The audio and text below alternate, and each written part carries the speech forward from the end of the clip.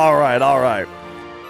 So the last thing we did was we got ourselves into the Mithril, the Site 11 Lusu mines. It's really awkward when I'm doing this. I'm looking at my monitor right now, but the webcam is like right on it to do this 3/4 shot, you know? Very strange. It probably looks really weird for you guys. But here's the deal is I think that the white balance is off on this camera. It's driving me nuts. We're trying to, like the white balance, we're trying to be Popo here, not Hodor Nation. Alright, turn that off of auto. There we go. There's the Hodor Nation. Alright, I think like right there is about right. I think? I don't know. Anyway, so we just defeated Gilgamesh. However, one thing that I like forgot to do is I forgot to actually go like tell the kid. Oh, we have to get out of here still though, I just realized. Hang on a second. So we still have to leave this place. We can't just teleport out. There was a minecart somewhere that we can probably go find. But yeah, let's get out of here. We got to go back to Bujerba and find the kid that that wanted to find the kid that was going to give us the other bounty that's in this area, the other hunt. And you know, then we'll be rocking and rolling. All right.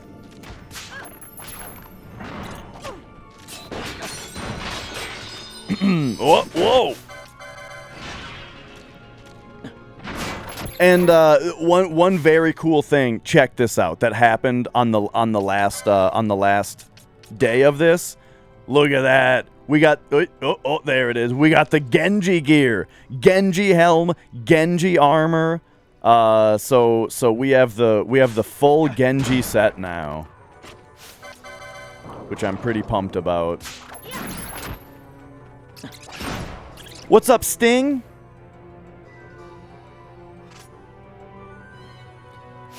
We do also have the Genji gloves. It's just Balthier has them equipped. I think because I still steal every opportunity I can get with Ash. But here we go. Oh, hang on a second. Ash needs Protect on. I feel, is it just me? Or is the game kind of quiet today?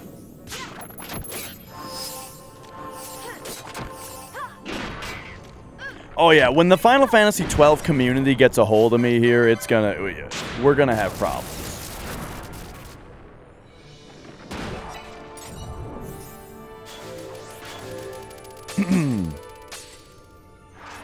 All right, there we go.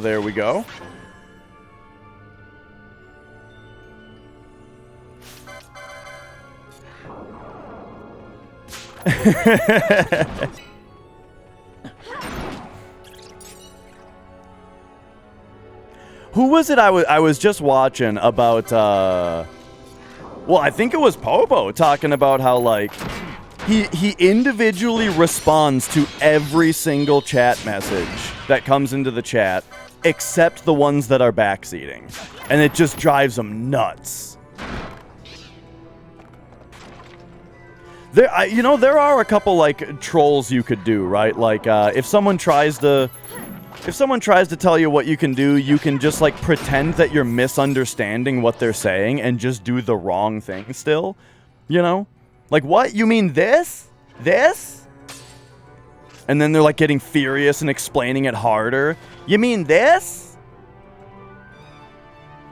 There was kind of a similar thing that... So back when I was working at GameStop, there was a time where it was like a big internet joke to call GameStop and ask for Battletoads. You guys probably heard about this, right? The whole Battletoads joke. The way that I dealt with it, and I found it to be very effective, is that you would honestly and earnestly answer all of their questions as if everything was completely normal, as if they were saying Battlefield. and it drove people fucking nuts. Because they thought that I just couldn't understand him, and that the joke wasn't getting through, because I wasn't even hearing him right. Oh, it was great.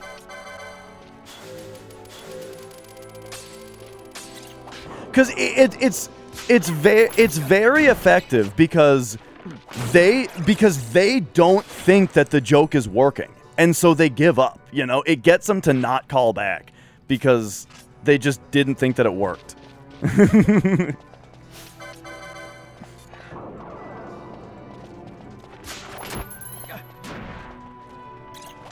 They were like, does their phone work? Oh man, their phone line must be jacked.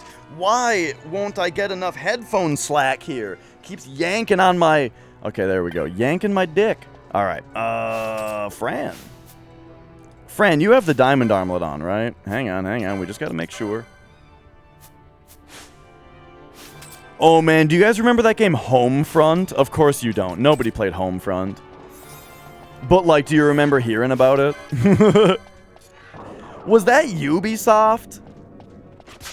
Homefront was Ubisoft, right? Trying to get in on the yearly military shooter action.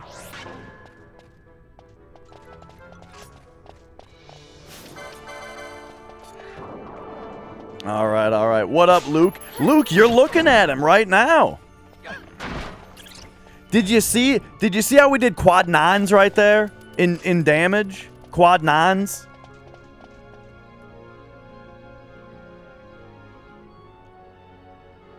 Oh, holy shit, look at this thing. I'm probably just going to run through here. I don't like fighting flying guys because they just, it takes forever to just take them down with the bow.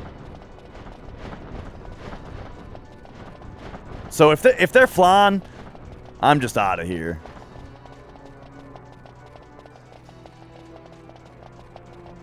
All right, buff back up real quick here.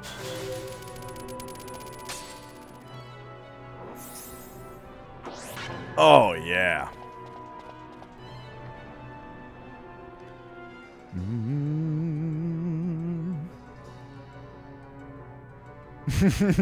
I don't know if I'm, like, kissing my biceps enough, though.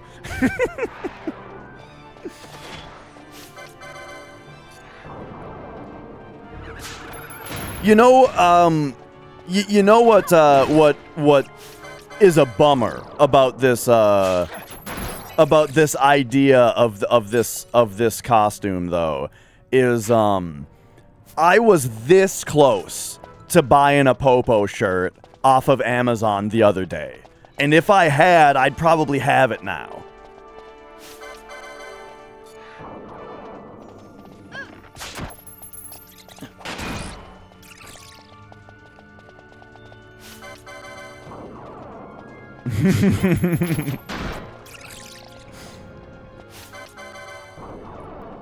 All right. So, right now, we're just trying to get out of here. So I can make my way back to Bujerba. We're going to talk to the kid, tell him that we got the key. When he knows that we got the key, at that point, he's going to tell us some information about a new... about another... You know, another, thing? Hang on. What's going on here, huh? Oh, yeah, we're almost back. No, this is good. We're almost back. All right, we just got to go this way.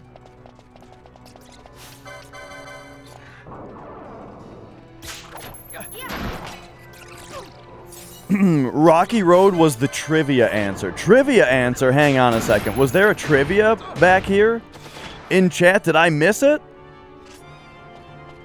I thought your favorite ice cream was chunks of something. I need chunks of something.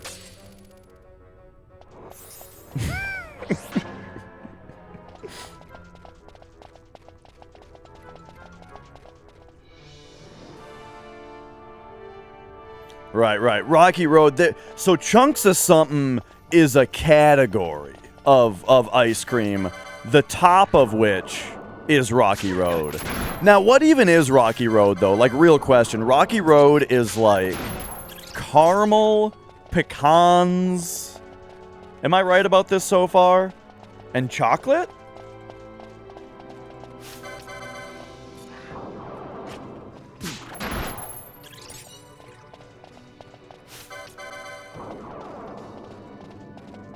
Chocolate ice cream with almonds and baby marshmallows. Oh, I was way off. I wasn't even close.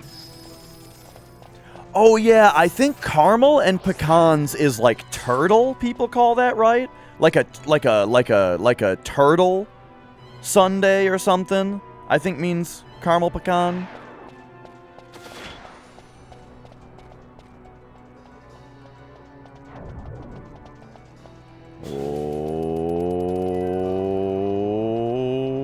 Oh, there we go. I'm a big fan of like the best ice cream. Like if I can have anything on the shelf, right? I get my choice of anything off of the shelf. I'm going for Ben and Jerry's Half Baked. You know, it's a mixture. It's a swirl, right? Of vanilla and chocolate ice cream, and the vanilla part, right?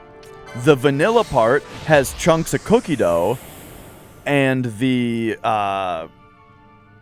chocolate part has chunks of brownie batter, brownie fudge, brownie, bits of brownie, chunks of brownie, you know? It's super good.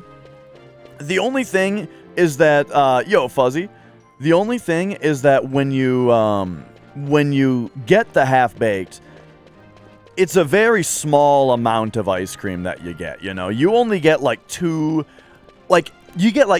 snacks worth out of a half-baked. Unless you're really, you know, on your Lent penance, right? And you really can't overindulge, you know, then maybe you'll get 3 snacks out of it.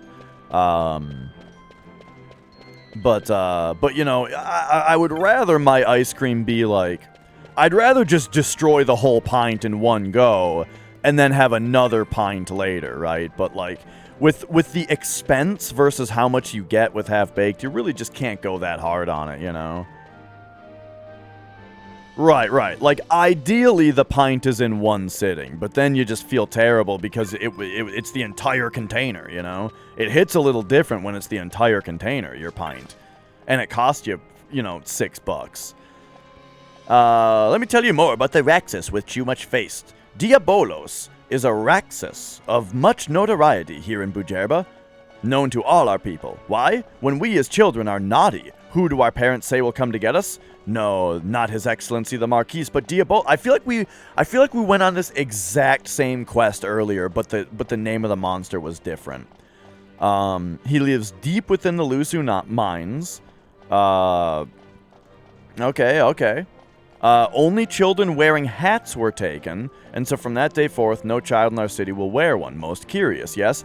I swear, we've done this before. I'm going crazy here. Diabolos has not forgotten. Even now he lurks in the mines, hungering. I told so many, yet found so few ears willing to listen. But not you. You listened. You've seen my bill. Yes, we will defeat him. Your go-to chunks of something? Please, it's SUM'. Chunks of something. There might even be it might even be O' for the O. What up, Morning Craft? Caramel cone that Haagen-Dazs does? Oh. Is that like Americone Dream that Ben and Jerry does, right? There's like the Stephen Colbert Americone Dream. Okay. Let's go find the Diabolos.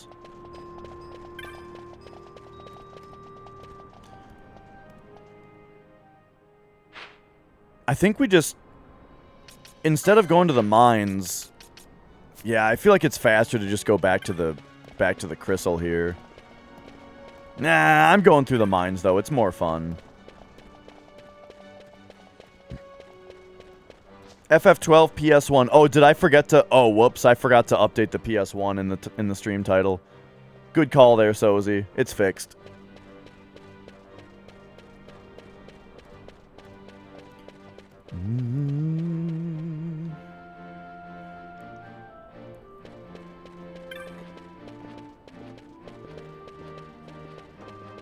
Oh, hang on. We gotta, hang on a second.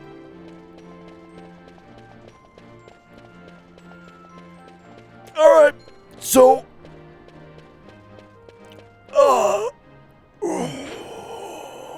Okay, yep. I went the wrong way on the map here. Whoa. Whoa. Yahar. Ay, har, har. Whoa.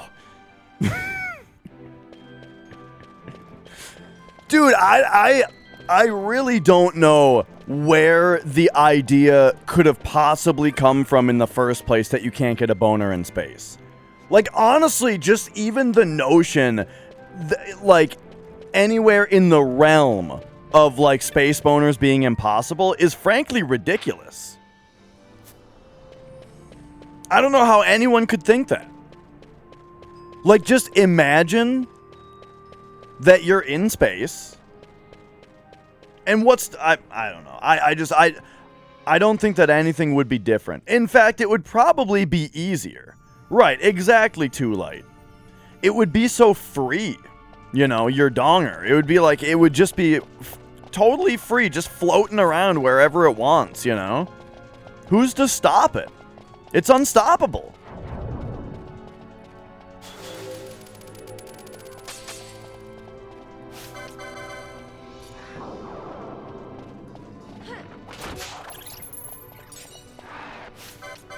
But, you know, it is,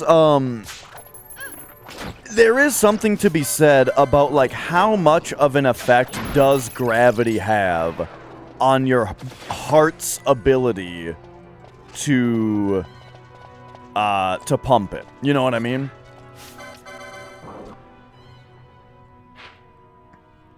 Like, I think it is a thing, right? Where, like...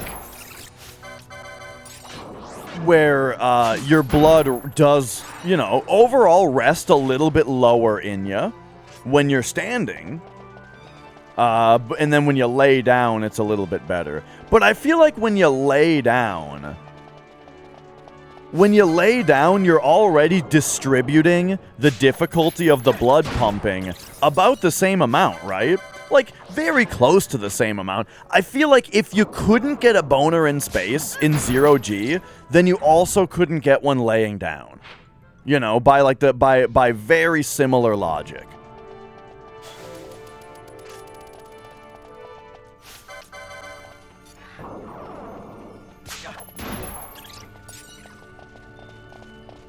Which just makes me think, like, man, like, you know, if you think about it, it's like, if you're laying down, when don't you have a boner? That's like, that's just when it happens.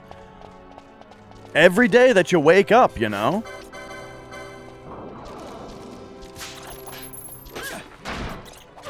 Oh.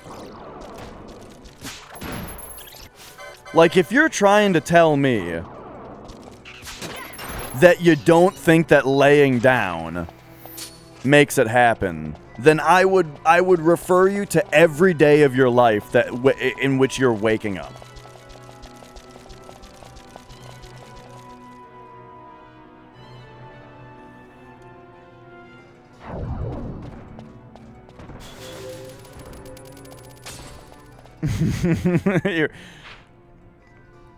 Right, gravity is just slowly yanking your balls your entire life. Life is just your balls getting yanked for, you know, somewhere around 80, 90 years, and then you die. Is it the day that your balls touch the floor? Is that the day that you die? Just slowly throughout your whole life, they keep getting yanked lower and lower. And the day that they hit the floor, it's all over for you. Oh, hang on, he's bubbling.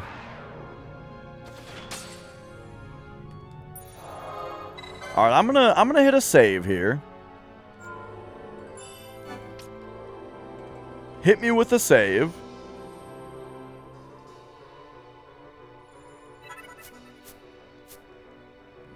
when they hit the flow. Hit the flow. It's kind of funny to sing that song because of the way that you get to just say flow, you know? He doesn't say floor.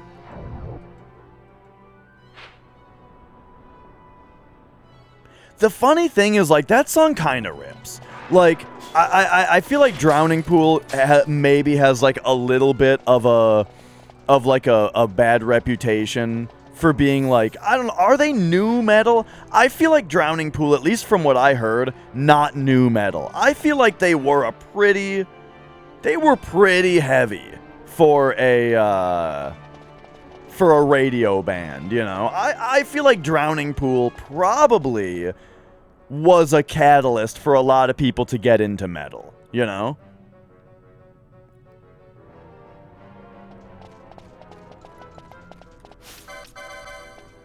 Because that song's pretty good.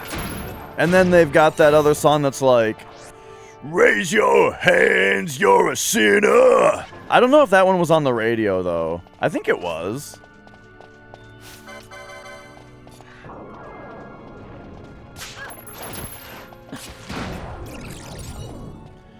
One unfortunate thing about metal, though, is that, like, yesterday, right, when I was singing you guys Green Day, you know, I was nailing it. The Billy Joel impression was on point. Billy Joel Armstrong, that is. And, right, I was nailing it with the Green Day, and you guys knew exactly what I was talking about, right? But death metal, you have to go hard on it for it to sound anything like what you're going for. Which means that, like, if you're trying to just have a reasonable conversation with somebody, and you're trying to sing them a death metal song in order to be like, do you know this one? You kind of have to sing it like James Hetfield, which really doesn't do it justice. You know what I mean? Oh.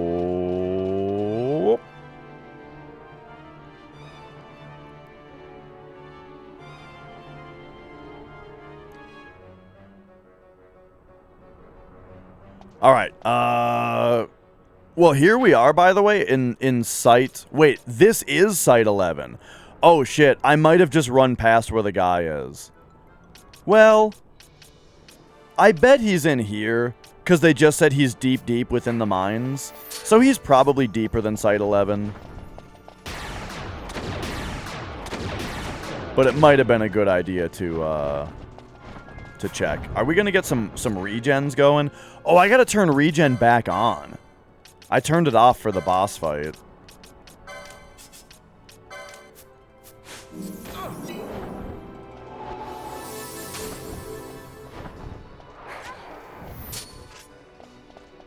Alright, there we go. Now we're all regened up.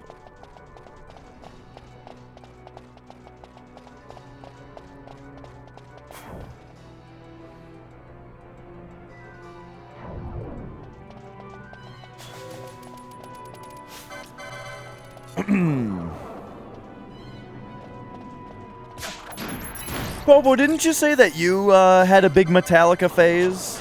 Is this true? Am I remembering this right? That you were big into Metallica for a while?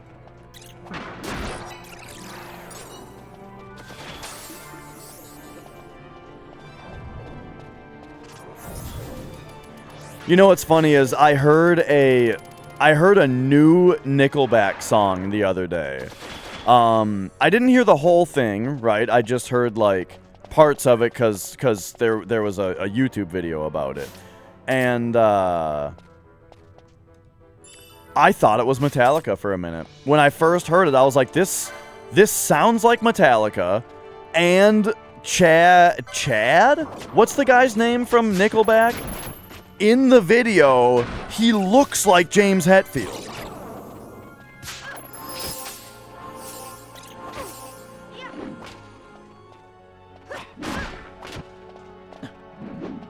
Whoa.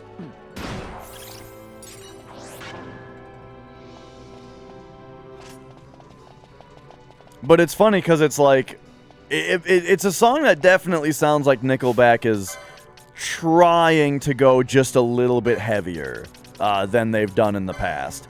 And it's funny that if you take Nickelback and you make them just a little bit heavier, they sound like shitty Metallica, which is about half of Metallica's career, or more.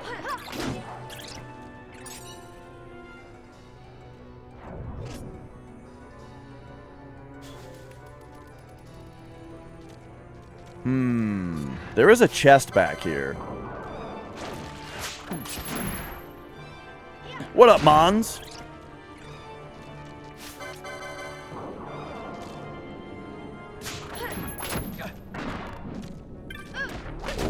Oh.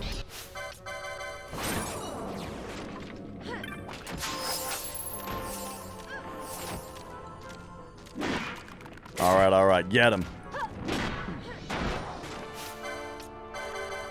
The only,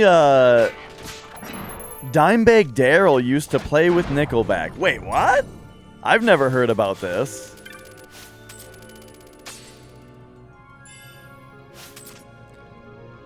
But, oh, there's something I forgot to do. I only just noticed now how difficult it is to see. There we go. Dimebag was super into Nickelback. Really?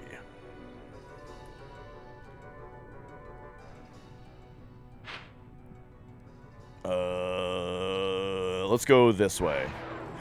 Oh, excuse me. Yeah, as far as Metallica for me, I've only really sat down and listened to Ride the Lightning. And my takeaway from Ride the Lightning was that, For Whom the Bell Tolls fucking rules. That song kicks ass. And then right after it is Fade to Black, and that song kicks ass. So right in the middle of the album, they've got two, like, absolute bangers in a row. But everything before and everything after was just kind of boring and lame, I thought. I was not a fan of the album overall. I was pretty bored through most of it. But those two songs right in a row are just, like, actual bangers.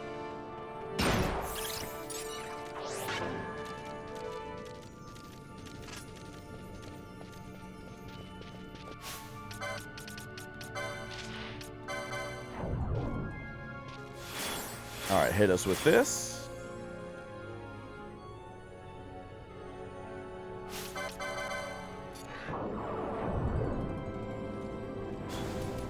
Right, yeah.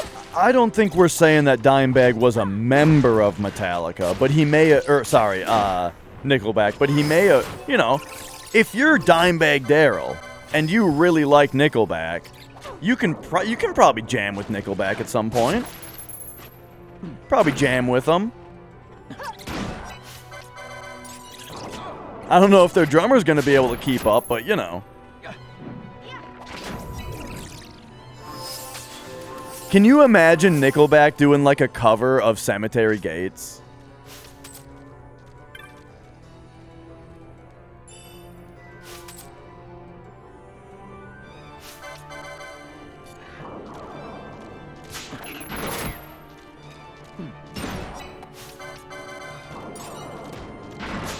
And yeah, Fuzzy, that is exactly the thing, is that Metallica got a lot more just like kind of sounding like arena rock, you know, instead of like being metal.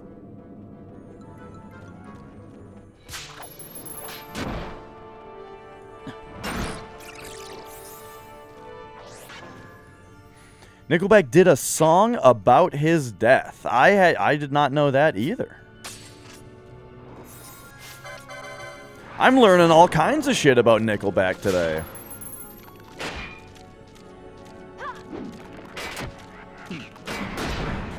Is metal something I always gravitated towards? Not really. When I was, so the band that got me to start listening to music when I was younger was Green Day. And this is something that I was talking about like just yesterday.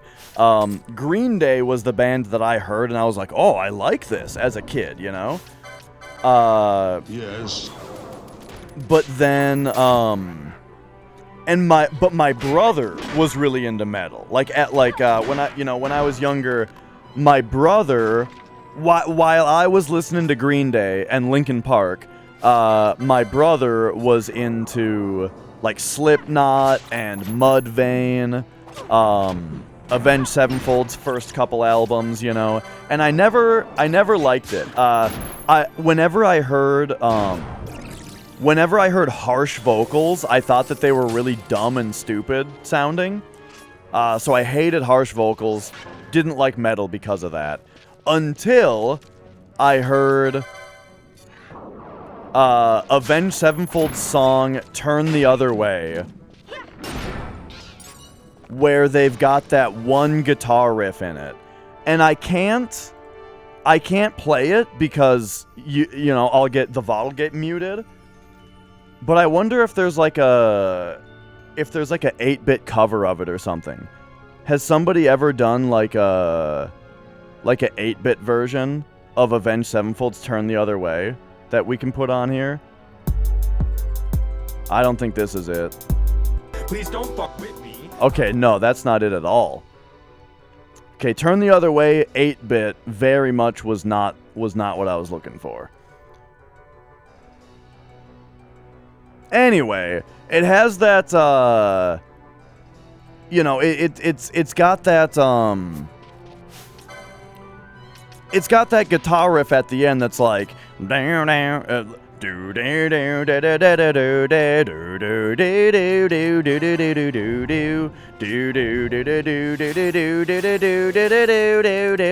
do do. You know, it's got that part in it, and I heard that part, and I was like, holy shit, that's like the greatest guitar riff I've ever heard as a kid. I just fucking loved that guitar riff. And so I started listening to that guitar riff, right? I like found that song on our computer, you know, and I listened to that riff a couple times. So eventually, you know, after just listening to that riff a few times, I eventually started listening to the song, you know, and then I started to get used to how the song sounded with those vocals and stuff. Started to like it, you know. Yeah, it's on Sounding the Seventh Trumpet. Which, by the way, as far as harsh metal vocals go, not a good album. M. Shadow's vocals on Sounding the Seventh Trumpet are pretty bad by metal standards. But you know, I liked that guitar riff so much that I started to get used to the song and the sound of the vocals and stuff. And then I started listening to their follow-up album, Waking the Fallen, where M. Shadow's vocals are super fucking good, and that's basically what got me into like harsh vocals in metal was Avenged Sevenfold's album, Waking the Fallen. And what's up, 8-Ball? How's it going? I have listened to Nightwish. Only a couple songs, though. When I was younger, I had their song Nemo. Really just their song Nemo I listened to a decent amount. Yo, Slick Mick. I was never a fan of Waking the Fallen... I was never a fan of Avenged Sevenfold after Waking the Fallen. I really only liked that album... And then their album before that, Sounding the Seventh Trumpet, grew on me as well. But like City of Evil, I didn't like, and then everything after that, I just wasn't a fan of. Because they kind of did the same thing that Metallica did, right? Where they were a metal band, but then they just started making radio rock after that. Radio rock that was just like a little bit heavier. But it was basically, you know... shit that is to be played in an arena.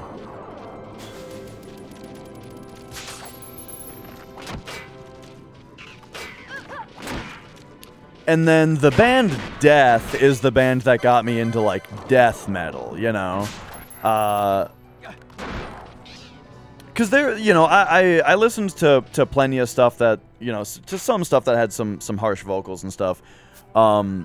But to get into stuff that was all harsh vocals and like really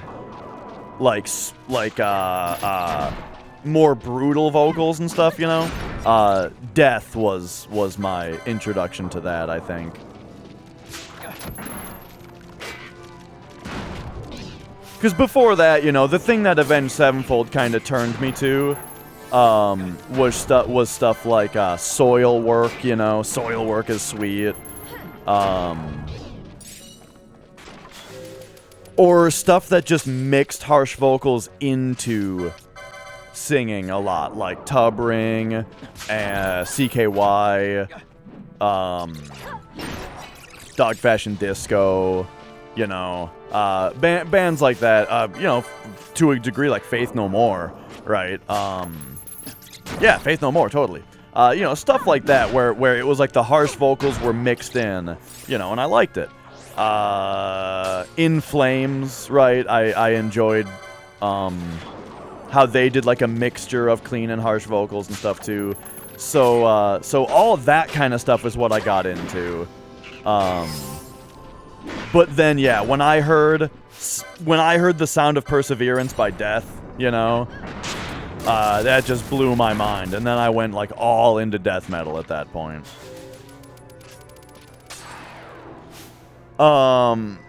Do I live in Texas? No, I live in Minnesota.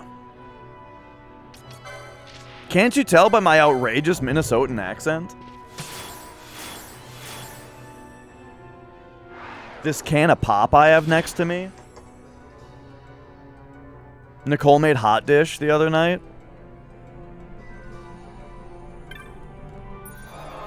Okay, hang on.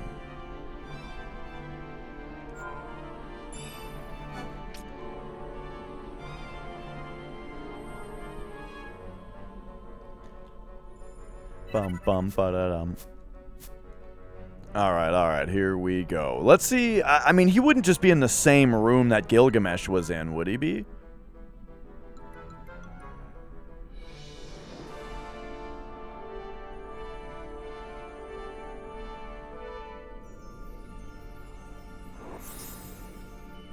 All right, he is not. Well, shit, I've looked through this whole place now and not found this guy. I guess I probably should have talked to the Pneumo in Rabanaster to Rabanaster, I barely know her. To get like a better idea of where this thing actually is.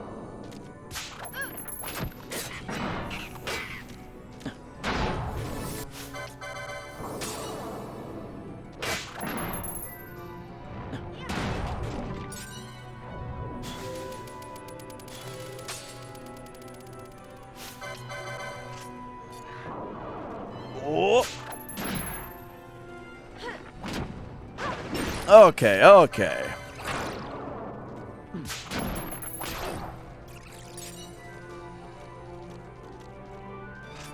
You know, this is pretty comfy. There may come a day where I do just go full popo and this does just become the normal look of the stream, you know.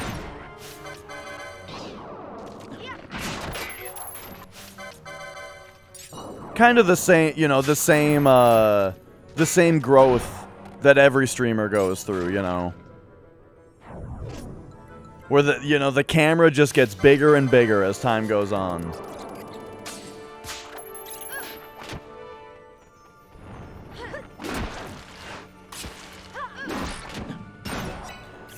But yeah, I actually have been thinking about switching to a 3/4 angle anyway. Not this 3/4 angle. I like being on the other side. But I don't know, this 3/4 angle actually kind of works because if I look at chat, it's like I'm looking at you, you know? So I sufficiently creep you guys out every time I glance at chat.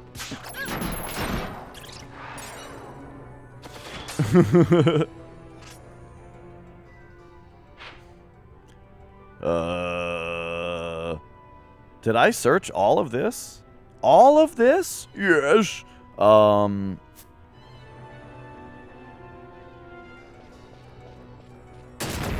my god! Okay, do you guys like how my float wore off just as I was running over that trap?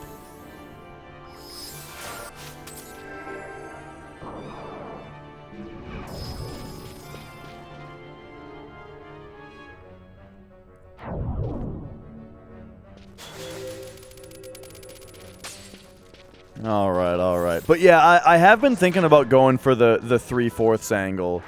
Because the front-on angle, I don't know, you know. Maybe people will start telling me that I look like Jack Black less often if we're at a 3/4 angle. Because it's been, I mean, lately it's been every day.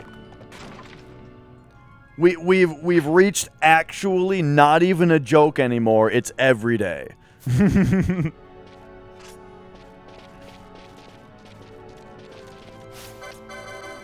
This hat, though, I hate it. How do you wear a hat like this? It feels like it's fallen off my head.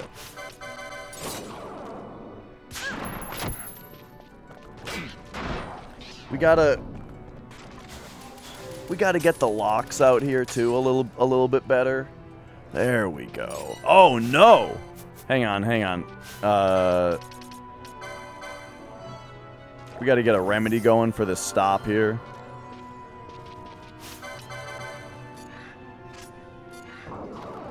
Oh.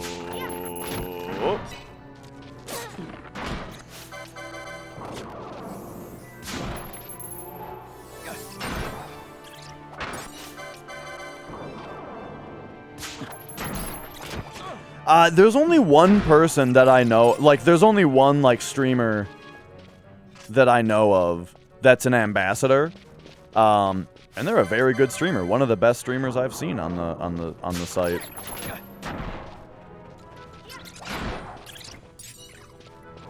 Very, very dedicated, good content.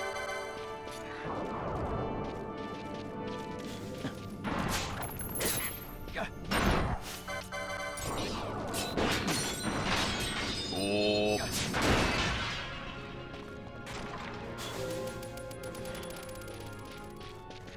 We talking DDS. What the hell is DDS? Or do you mean double Ds? Yes. Well, I don't know. The person I refer to is doesn't use a webcam even. Okay. How does 7 rank for me in post? Or sorry, how does 12 rank in post 7 Final Fantasy? I think it's the next best one after 10 probably. Like my favorite Final Fantasy after 7 so far has been 10, and I feel like this is the next best one. Like I'm actually loving this game.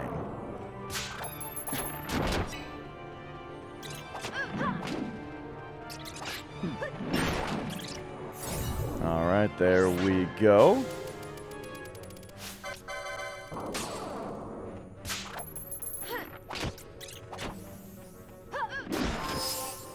Crazy deer lady. See, I don't even know what you're talking about. All right. Let's glance up here real quick. Did I get a triple steal? I wasn't even looking at the combat log there. But now I'm gonna look.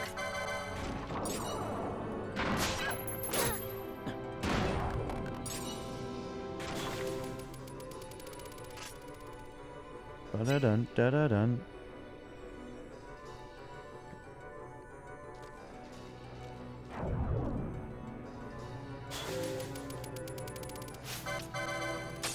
Okay.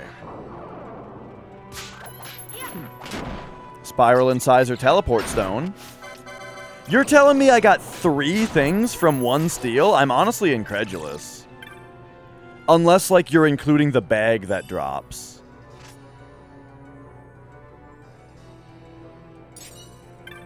There was a Popo nip slip during GeoGuessr one time?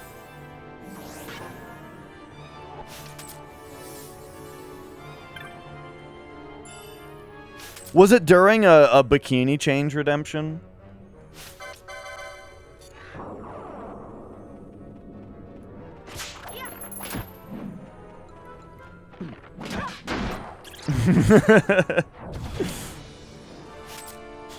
Oh.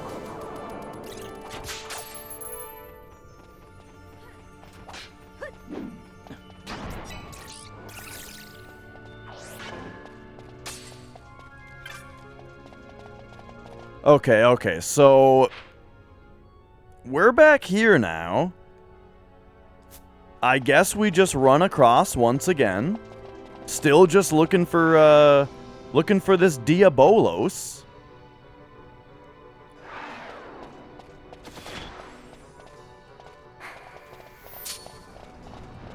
There's a bomb here this time.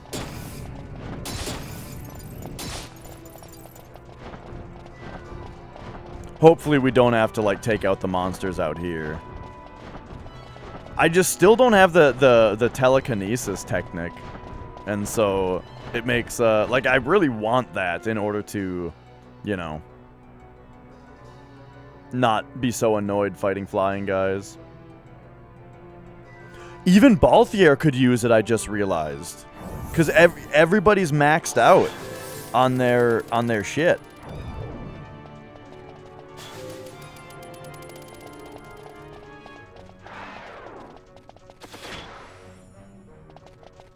I didn't even, like, this whole time I've just been thinking it's something that I could do with Ash. But I just realized that it's like 100% something that would benefit Balthier as well. The reason I was thinking it the other way is because Ash was the first one to unlock the license, because I went into Technics with her most quickly. Let's see. Okay, so I don't know if I really went this way yet. But if I don't find this guy pretty soon here, we're going to have to go back to Rabanastre and talk to that dude. See if he can point us in the right direction. Oh my god, it's just right here. I did that entire run all the way to where Gilgamesh is. Because what happened was I didn't check in this room, and then I got to about the top of this room and was like, wait, I didn't check back there. It's probably further in. And so instead of taking the 20 seconds to run back and check, I did all of that. Alright, there's a trap in here, so I'm going to go ahead and do a float.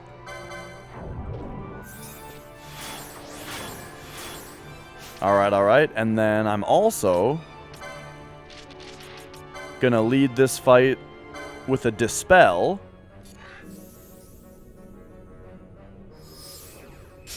Alright, here we go. Here's our monster. So first thing to do is steal from it. Alright. We stole a Demon's Sigh. Then let's start getting some debuffs going here. Give it a slow. Oh, yeah. Okay, with it slowed, I don't think I even have to worry about doing any other status ailments. We're just kicking this thing's ass. Oh my god, this thing's never had its ass kicked so badly.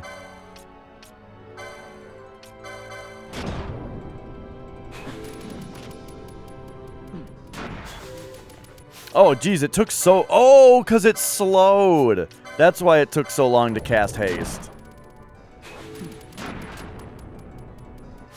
There we go.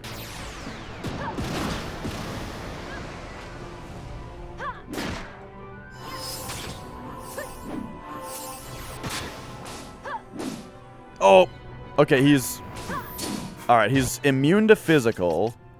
So that means we have to quickly do one of these where we switch our gambit to like bio. Bio is kind of my go-to now for this situation.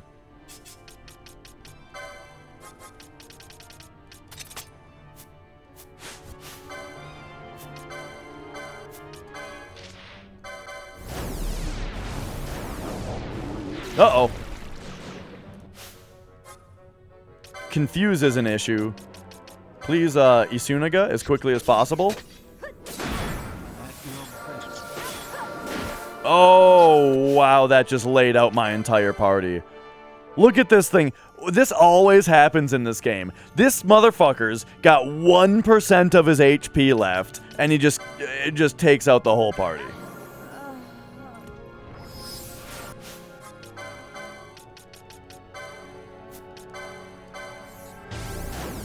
And now, Oh my god, it's happening again.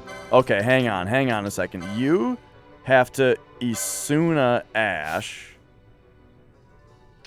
Meanwhile, we got to get bowline sashes on.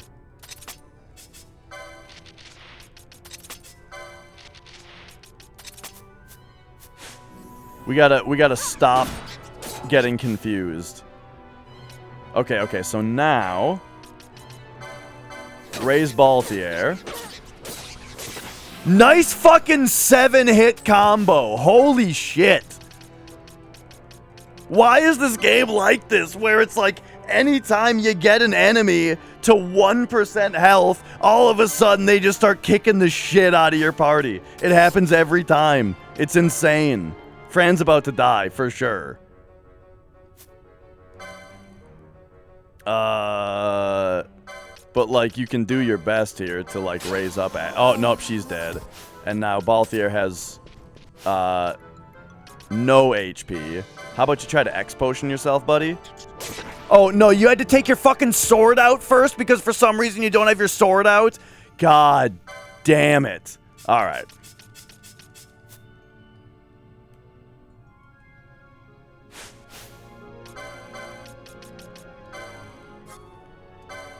Arise Balthier.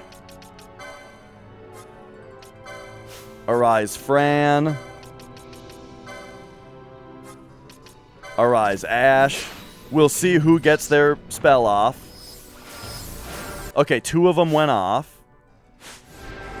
But now both these characters have been targeted. Okay, there we go.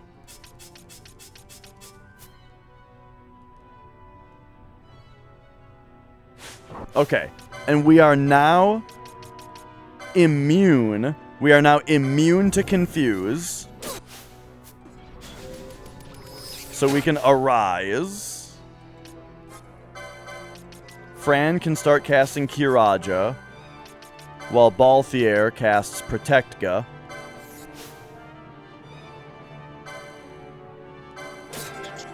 Oh, no, never mind. It was a 3-hit combo, I guess. Jesus Christ. I just want everyone to be alive. Okay, Ash immediately. Kiraja. While Balthier hits you with a Protect. And Fran... No, I don't have Hastega. Fran just attack, honestly. Oh, right, he's immune to... I forgot he's also immune to physical damage right now. Okay, hang on a second. We're gonna... Let's get rid of these things. So, vaccine...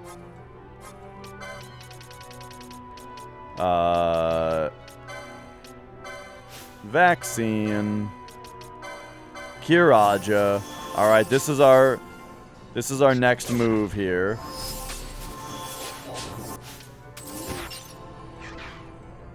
And he's dead. Okay, jeez. Oh, man. That was going so well until the very end, and then it was just a goddamn nightmare.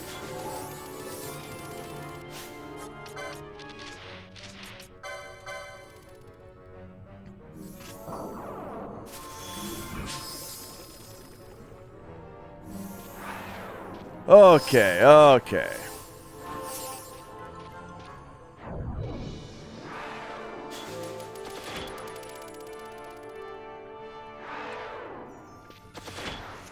We'll just let our dudes get refilled here.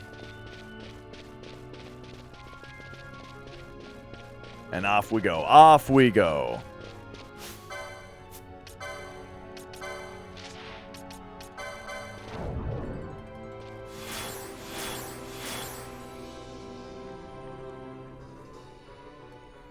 Ba-da-dun, da-da-dun. Did I figure out the fishing rod? I did not figure out the fishing rod, but I did find the Site 11 key, and that's where we are right now.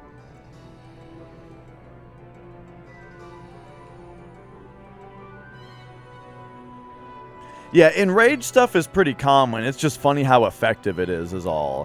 Where so often a battle in this game goes from everything is totally fine with no problem whatsoever to everything is absolutely fucked and I think we're gonna game over because I'm spending 100% of my time trying to desperately revive and heal my party, but they just keep getting murdered one by every single one of the enemy's attacks.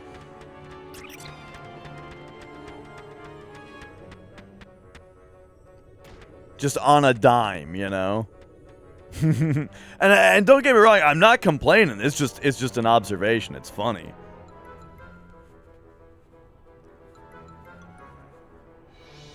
Especially when it's kind of BS like that one where it's like, well, the enemy's just immune to physical now.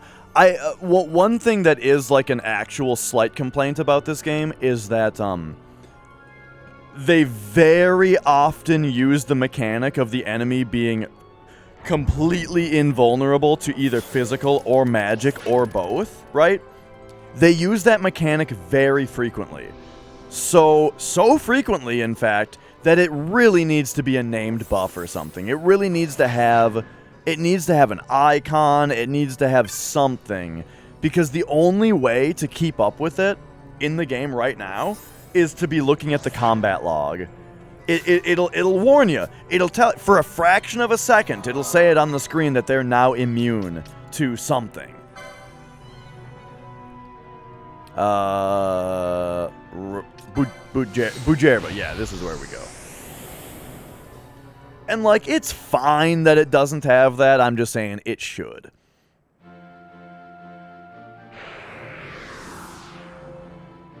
Yo, Omni Dreamer. What am I doing now? So I just defeated Diabolos, which is the hunt where we had to find the Site 11 key, go into Site 11. And then we also had to fight Gilgamesh in there, so I already did that. Alright. Texas Twinkie. Is that a Twinkie, but you've sliced the top and put a wiener in it, and then put cream cheese on the top of it, and then you dip it in coffee, like in UHF?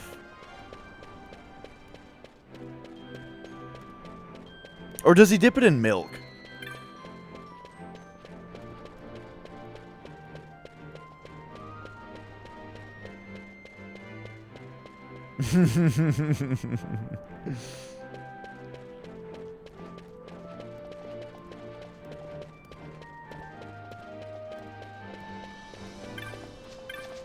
Alright, here we go. Turning this shit in. You've defeated Diabolos Badra. Then the children of Bujerba need no longer fear. Plus, please accept this token of our gratitude. Alright. Another demon shield. We've got like 20 of those. But the Zeus mace also. Well, alright. Look at that. We saved the town. Nobody listened. Nobody heard until you. Yes, you heard. If you had not killed the Roxas, we would be waiting here still. Our thanks. We too shall leave. We shall return to our friends. Okay, yeah, we got it. It's a cream cheese or meat-filled, bacon-wrapped jalapeno. Oh, okay. That sounds kind of nice.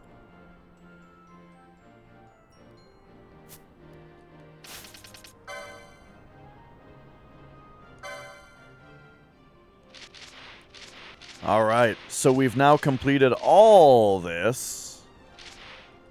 Yeah. So now... Oh, we do have to turn this in.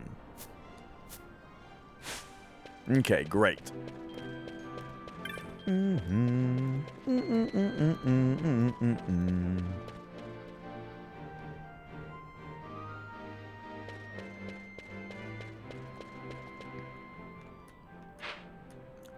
Dustin, I feel like you're taking the Halloween costume a little seriously here. Your Texan, I didn't realize your Texan pride was so fragile.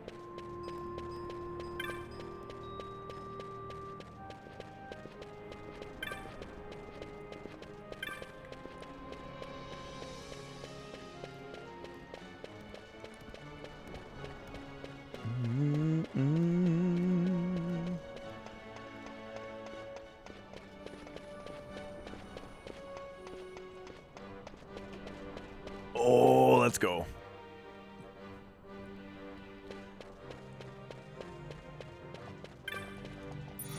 Alright, pop in here, teleport, Rabanaster.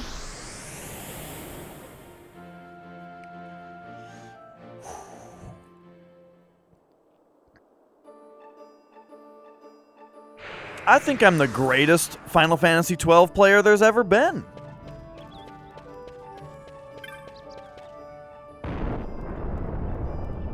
I did beat the Seer, yes, yes.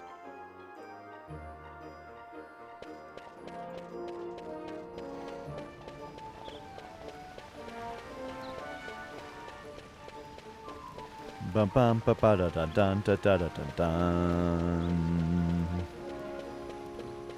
Well, so in Texas, you've got the Dallas Cowboys, right? And the Dallas Cowboys is just America's favorite team, isn't it? Or is that not the case anymore? Are people not really into, I mean, this is what I heard a long time ago, right?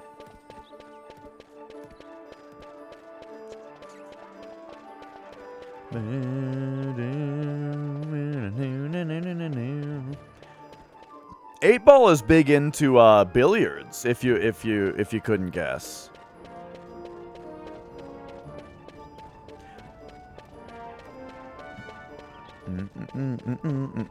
Except, wait a second, am I wrong, or when I was watching your stream and you were playing pool, I swear you guys were playing 9-ball, but maybe I'm misremembering.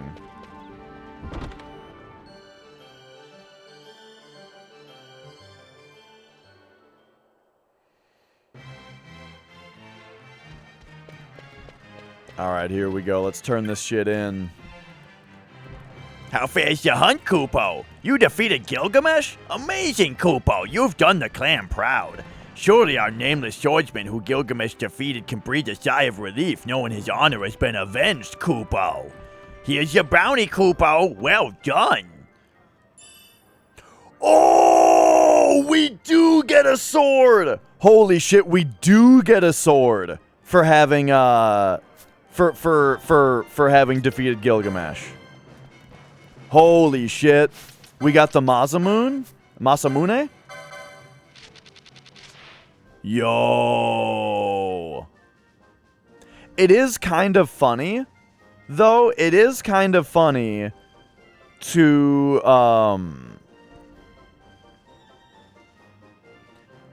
have a two-handed weapon be the reward when the shield makes you have to use a one-handed weapon.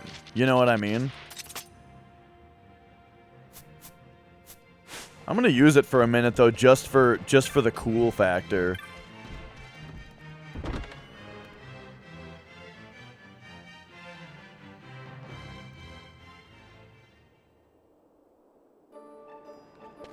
All right. So now what are we actually doing in the game at this point? I think it's time to go fight Ixion. We gotta go find Ixion.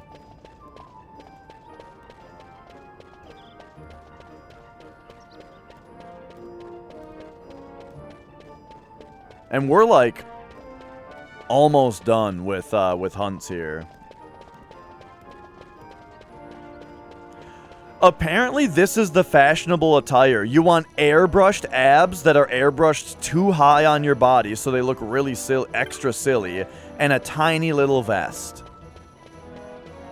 You know, if you look around here, look at this lady, right? I guess that's not a great example. Okay, here's this guy. See, he's got the tiny vest. He's got the tiny vest and the weird too high abs. This guy here, tiny vest. You know, tiny vests, they're in.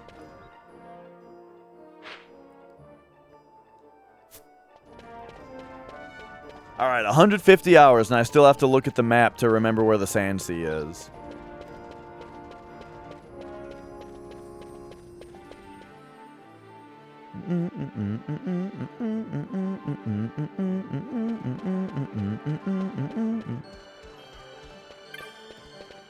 Whew.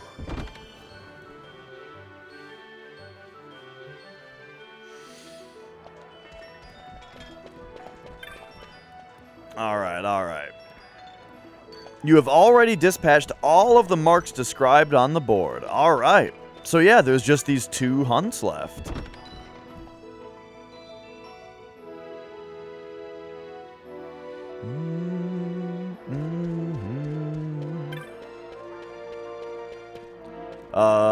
So...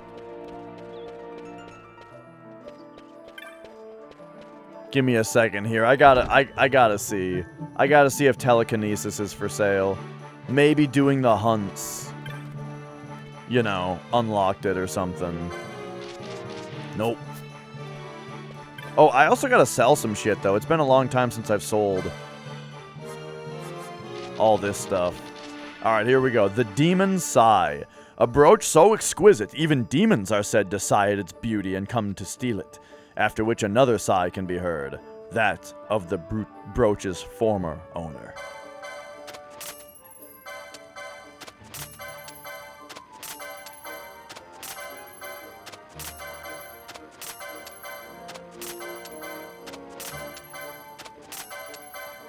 Oh yeah.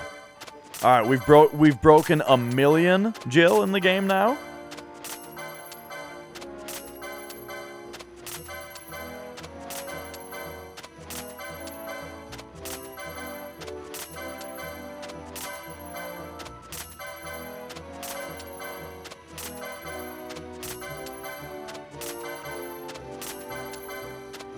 Oh man, let's go. We're on our way to 2 million. Holy shit.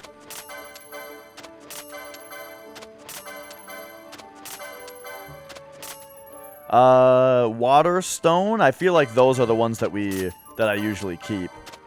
Stuff like that. So we have 99 Arcana once again. And you know, I sold my 99 Arcana before, just cause I don't know what else to do with them. So this, I'm doing it again. Alright. So yeah, this is like the stuff that I don't want to sell though. Like the high Arcana. Just the stones and the Magicite and the crystals. I don't know. I just feel like you should keep these. Ooh, Bizarre Goods! Serpent Blade. The Orochi. 10 vaccines. 10 X potions. Alright, let's go inventory. Loot. Give me an auto sword on this stuff now. Yeah, that looks good. Okay, any new Bizarre Goods? No, okay. Alright, there we go. Bum bum bum bum ba da dun dun bum bum ba da dun dun da da dun dun dun dun dun da da dun dun. Alright. So yes, next up on the agenda is to find and defeat Ixion. Is there any special property of the Masamune, actually? No. Non-elemental. It's funny that it's only 3 points stronger than the Deathbringer that I already have, but it's two-handed. So, really, it's not likely that I'm actually going to use this sword very much, because it's just not worth 3 points of damage, or 3 attack points to not have a shield. But, you know.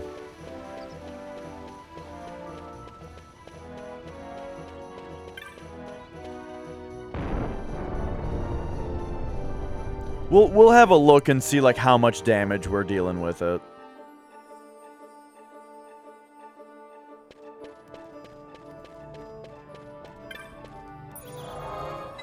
Alright, teleport. We want to go to the Pharos.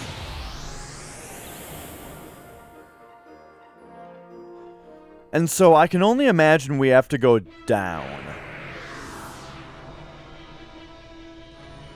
Alright, there it is.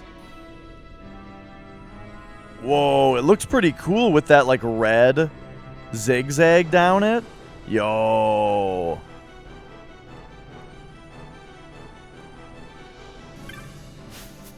Also, I'm just going to take a shave real quick here.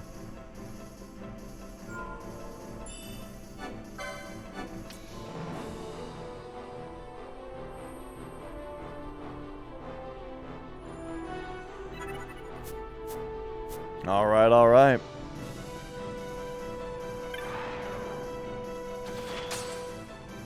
So I'm going to say, let's go down.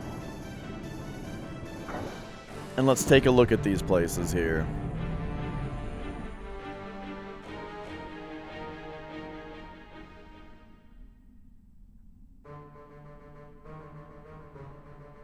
We should probably be bubble shelled here, and I don't know if I have that on right now.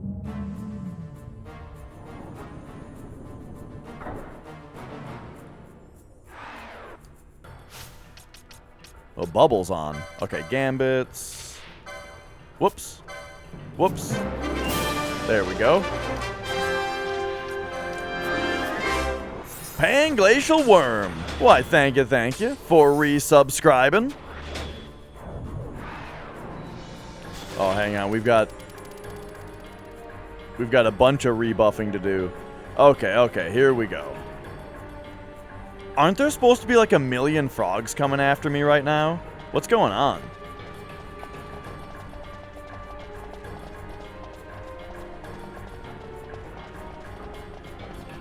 Does that mean Ixion is here? Because there's not 1,000,000 frogs?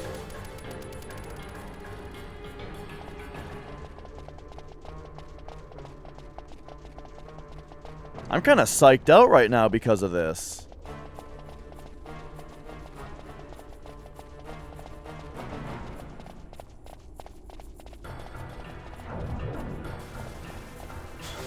Whoa! Oh my god, that is Ixion. Holy fucking shit, what a thing to turn around and see. Holy shit. Okay, let's go. Get him. Fran, get a dispel going. But actually, we're gonna steal from it first.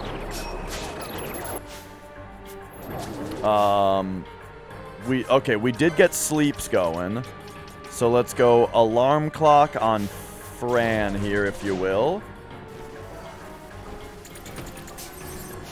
Okay, so alarm clock on Fran is out. Now let's try doing some stuff like, let's do a slow on him. While Fran does an alarm clock on Ash, maybe? Okay. And now we'll try to do some other stuff too. Like, how about we blind? Let's go for a blind here. Okay, slow worked. Immune to blind, but slow worked. Also, I think I need to put attacks back on instead of bios. Yeah.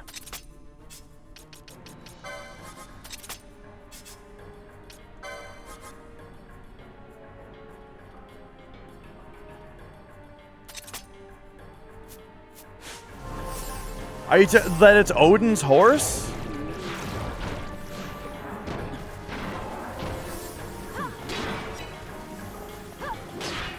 Whoa. Okay. Wait a second. Whoa. I'm realizing something right now. It kind of seems like two-handed weapons attack faster than one-handed weapons do. Like, Sword and Shield has slower attacks than two-handed.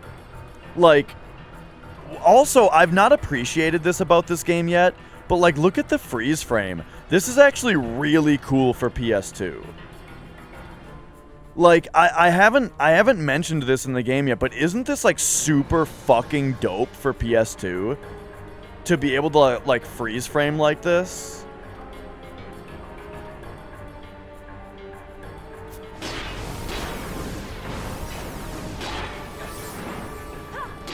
So, yeah, I mean, Ash is kind of getting her ass kicked by... Okay, hang on. He's doing Sleepga. Check out the cheese strat. We're doing the cheese strat.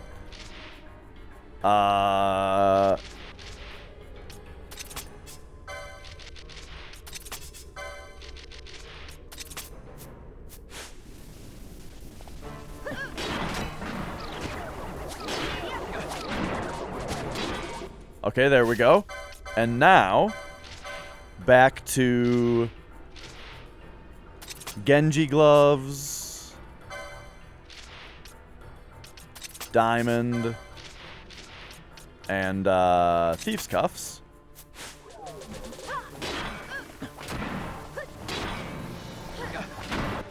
Hang on though. It looks like Fran needs to hit us with the Protectga. Okay, and the Kiraja's coming in.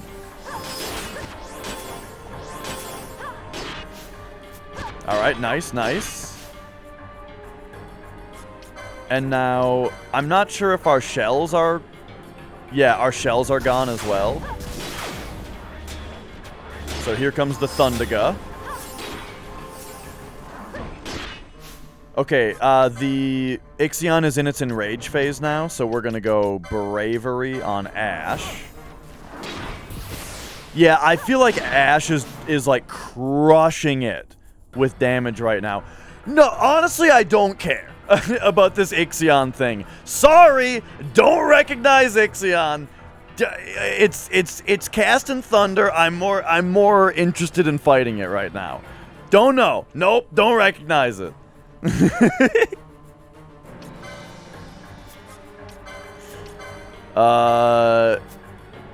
Let's do a bravery on Balthier as well. Uh-oh. Okay, there we go.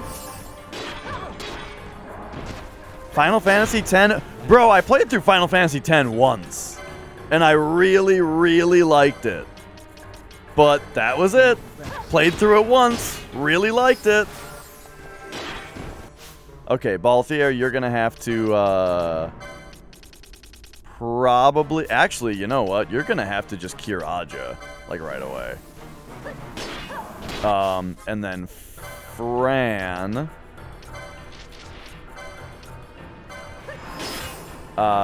give a bubble. Oh, are you kidding that just, like... This always happens, dude. Boss is almost dead. Okay. Now, Fran just start going for a Kiraja.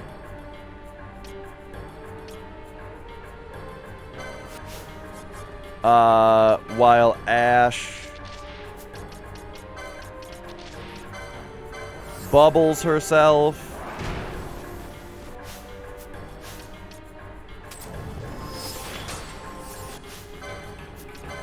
And also does Protectga. And why don't you do Shelga? Alright, there we go. Now, let's finish him off. Finish him off. Fran, just start Kiraja-ing. We're gonna need it.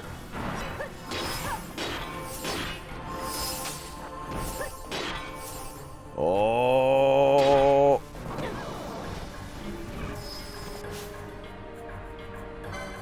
Did he teleport and then it made Ash like start casting Libra? There we go. Excellent, excellent. We got him. Okay, so everybody is super interested, or everybody is super interested in the fact that that was a creature from Final Fantasy X?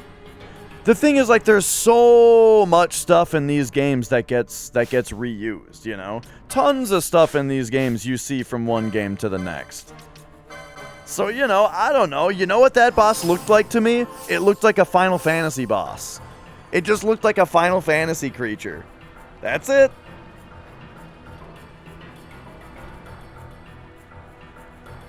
What the fuck? This hat is... I hate hats. I hate hats like this, dude. Okay. There we go. Alright, we found him. Excellent. I think we go this way? Why am I wearing it? Because I'm a big macho Texas hunk who's also, you know... The top of the head isn't quite what it used to be, you know, so... Alright. That's right. Behemoth.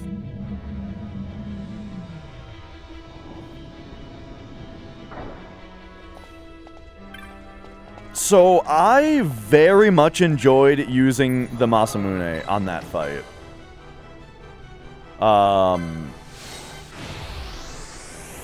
I feel like Ash was going ham with the sword. Like her attack speed was super fast.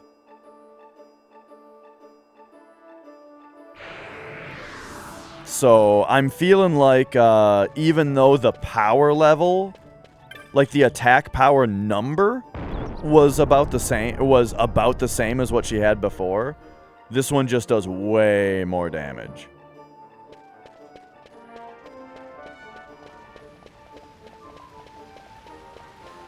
Yep, gotta give it to someone else now. Alright. So let's turn this in real quick, and then we'll go off on our potentially last hunt. Can you guys believe how much all of these loose ends are getting tied up here? Here's the deal, is now that it doesn't have to do with the Site 11 key, I don't even care about the fishing rod that much anymore. I feel like I'm just kind of off that.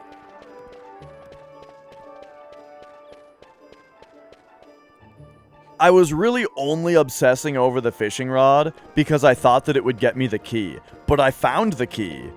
Yeah, I found it, Minin. And I did all the stuff with it. So now we're just good, you know?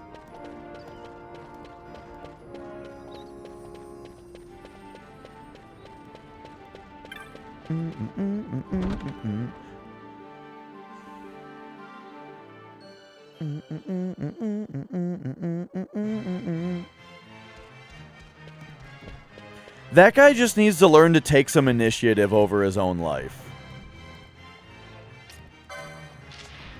Alright, here we go.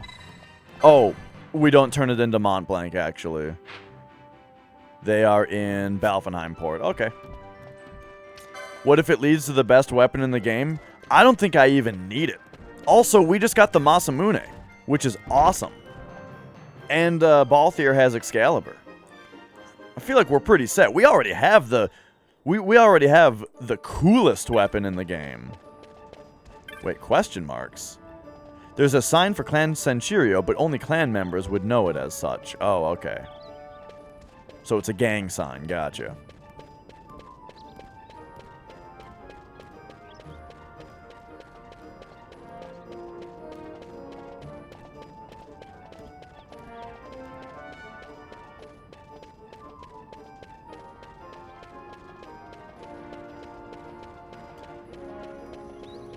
Alright. Wait, where am I going? Just the orange crystal teleport to Balfenheim Port? Yeah, that's probably the way to go.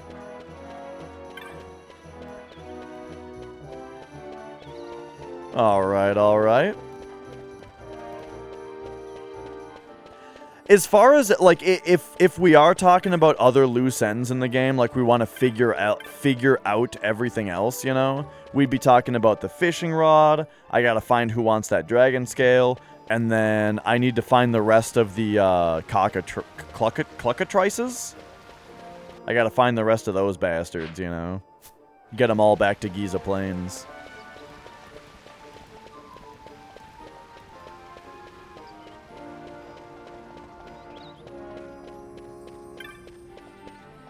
And you know, I could do that if I felt like it, but I kind of feel like Zodiark was like the boss. I feel like Zodiark gave me all the feeling I needed of like, you did it, you defeated the super boss, you know what I mean? But then like the Seer and Gilgamesh also, like I feel like I've done all the super stuff, and the little things that I missed are just dumb little things, you know, that aren't gonna matter a whole bunch in the end. But you know, we'll see how we feel about it. Let me just have a pee here, and then we'll find that Behemoth King.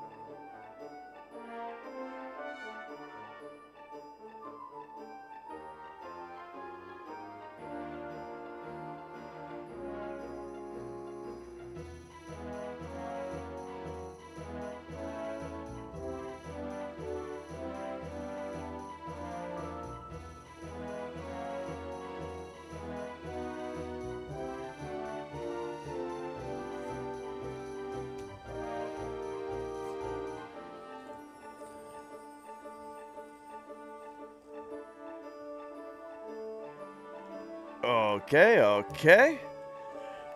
Yeah, at this point, ending the story is gonna be a dumb little thing. My top 3 favorite characters in 12?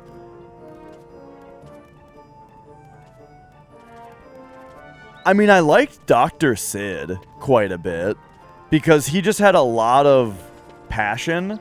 I like characters that have a lot of passion, you know?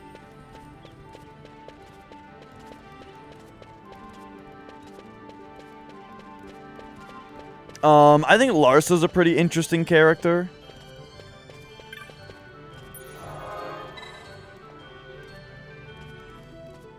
Alright, let's... So we're teleporting to...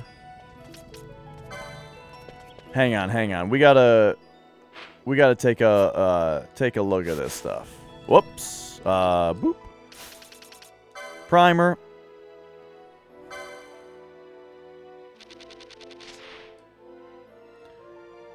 Ooh, these only go up to 44? Oh, Oh, right, we have to turn this in.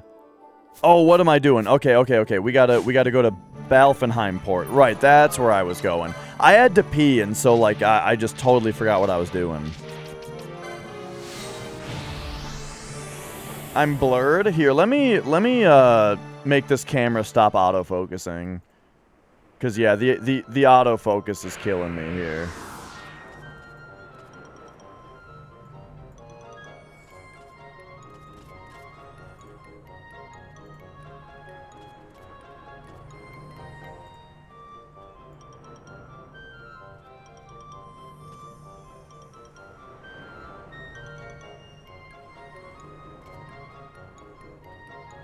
Yeah, it looks like it should just be there. And also, actually, come to think of it, now that the white balance is fixed, I can probably adjust the chroma key. Whoa! Do like that with it so that my body is less sparkly. Also, I feel like the frame rate's a little low on it as well. Okay, hang on. We got more adjustments to do here. If we uncheck this and then like bring it down one. Okay. But then we go over here and we bring the whoa, what the fuck? And we bring the hello? Now the frame rate should be better? No? Well, that's weird.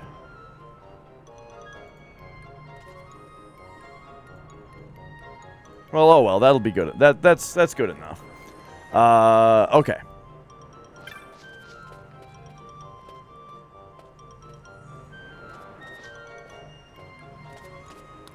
What am I doing? We gotta find somebody in the. I think they're in the bar.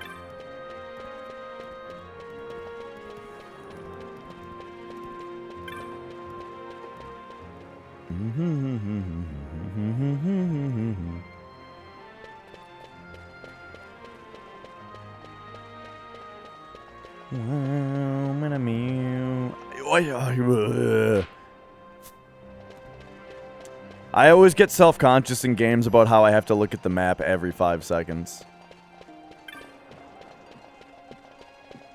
By the way, oh no, it is just one guy. I went crazy there for a second. This is the guy, that you can, or no, it's not this guy. Never mind. There's another guy that you can actually talk to about his fishing rod.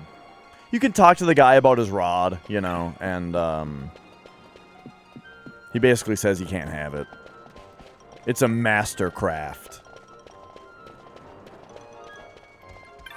I mean, hey, we got the Masamune, which is like a master crafted sword.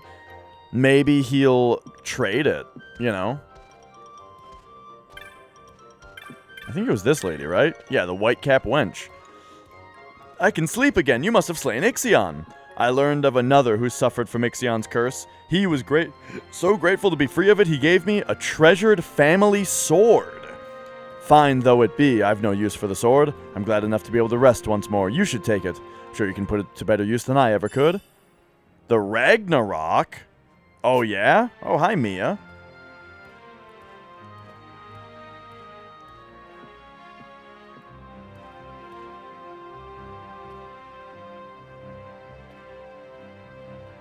Too bad there's not enough camera that way for her to get fully captured here.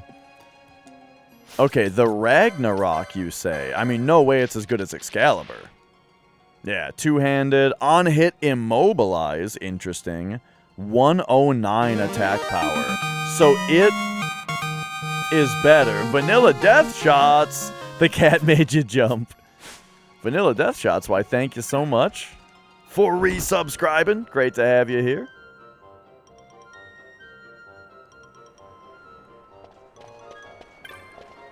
Okay. So,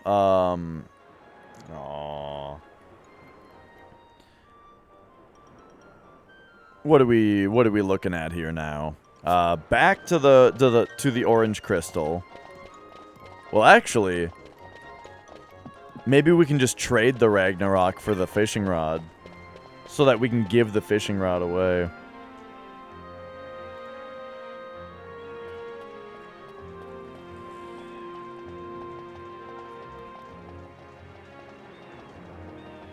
There you go. There's Mia. Aww.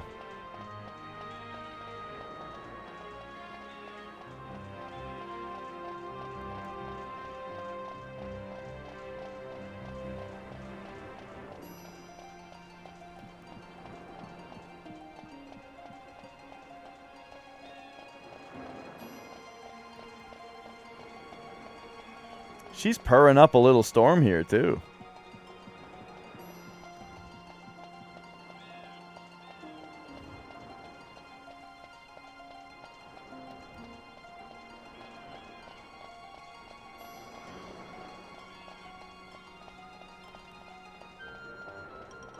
Ba-dum bum bum bum bum ba-da-bum.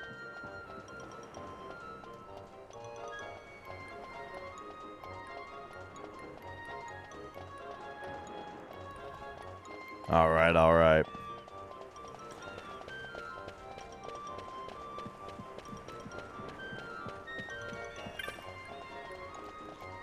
So, whoa, yeah, just shove me right out of the way, little girl.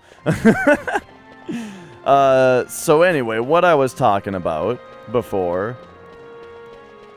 Oh, it's not these guys. Oh, hey, remember when I beat you guys 100 times at races? What do you have to say about the 100 times that I beat them?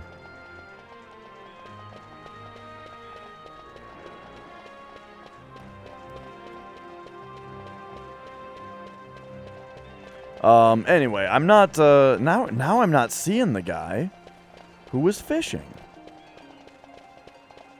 Yeah, the camera does look way better now, shit. I just had to do the minimum amount of setup on it instead of just doing nothing.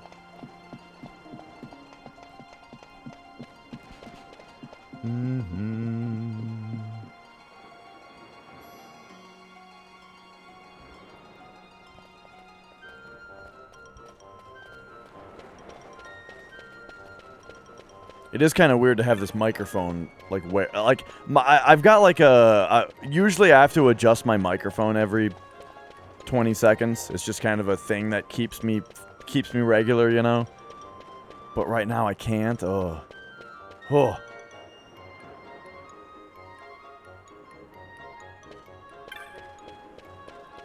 But I think the Popo strat is to have the microphone, like, here, just out of frame, and then just turn it up. Okay, what am I doing? I need to go to Primer. And look at this guy. The petitioner is this guy in Rabanaster, the guy in Dallin's house. Oh my god. Okay, I do want to talk to that guy again, just to see if he has anything useful to say.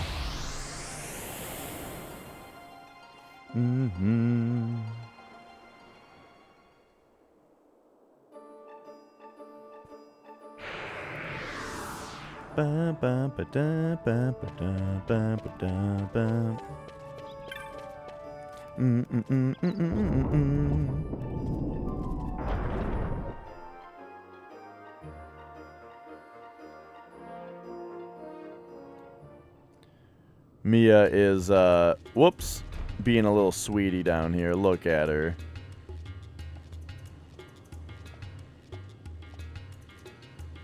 It's like she sits there and kind of scratches at you with her paw. Which I wonder if that's her wanting you to pet her. She kind of pets you on the leg, you know. To be like, do this more.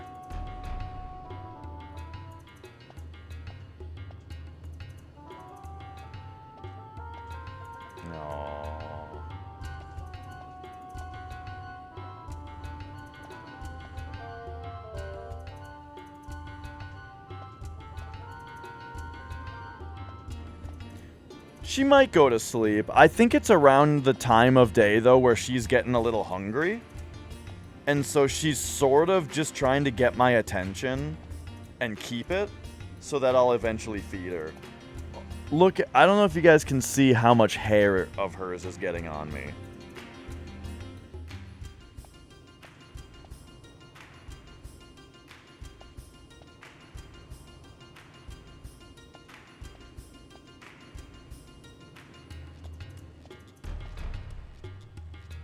It's just...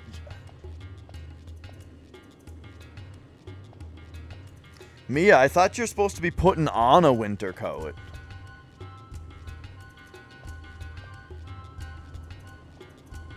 Yeah, it's becoming winter.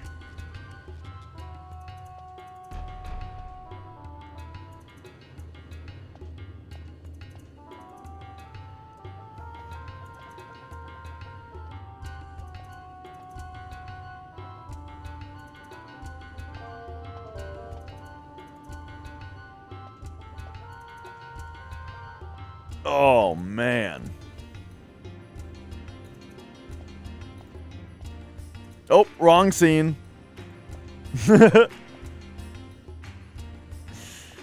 Alright, alright. Old Dallin's house here.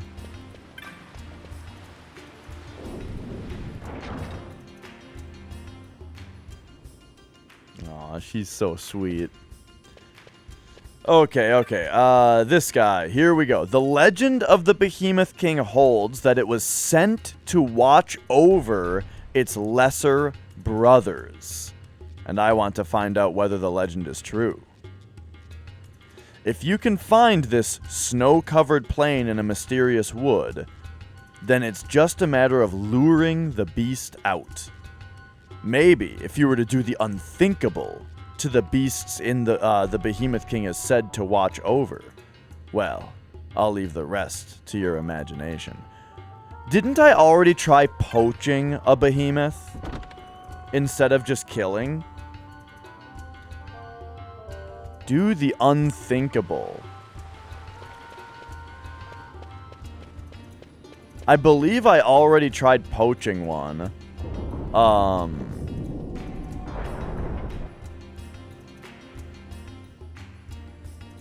I'll try it again.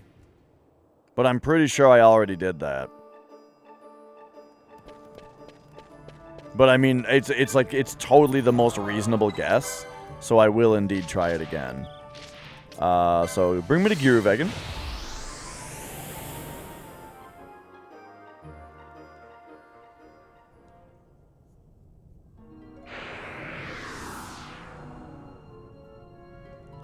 Alright. Go this way.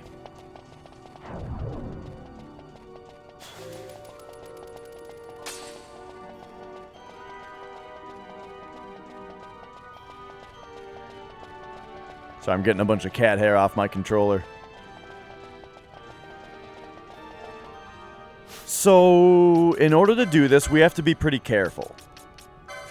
So I'm gonna turn these off for the time being, and we're just gonna do like one attack at a time.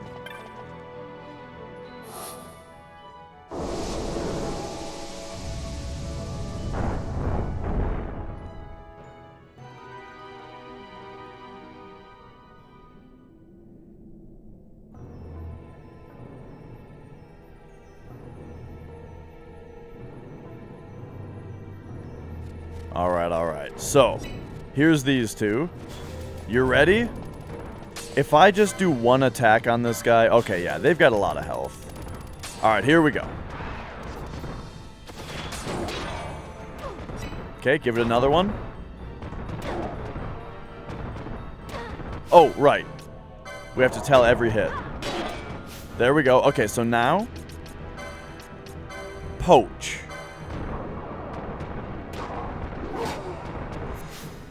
I did it. I successfully poached it.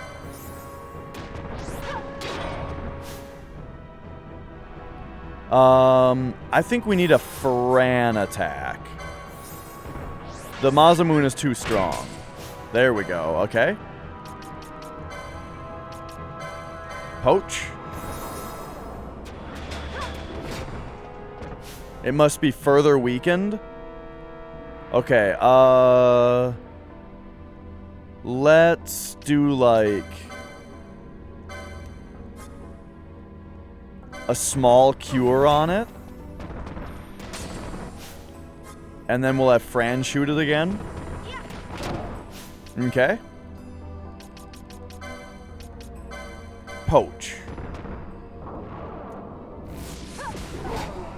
Got him.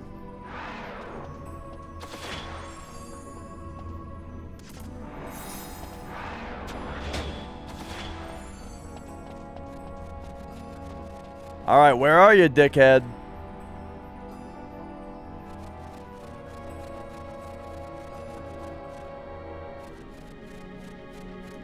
Oh.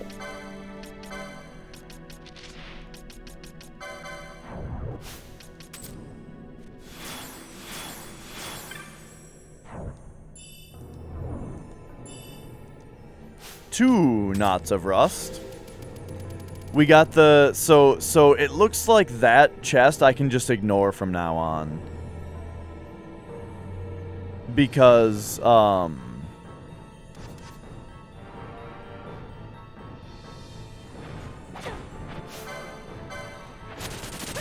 hang on. Let's hit this thing once. I'll poach this thing also. 3, 8, 60. Okay, Fran, give it one shot. Ah, that killed it. Okay.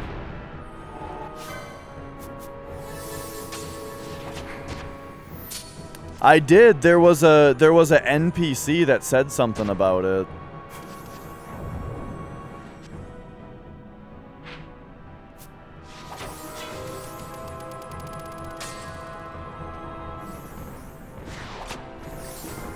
Oh yeah, I'm thinking about it too much. I have to do the unthinkable.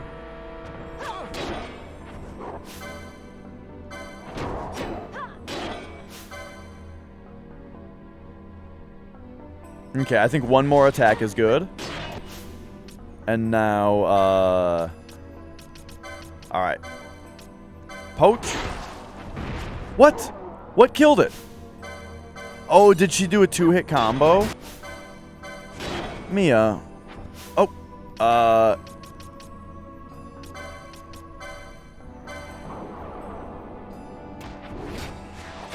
it must be further weakened. Okay. Well, these things, they do damage to themselves, don't they? When they attack? Hang on, we gotta start hitting this basilisk.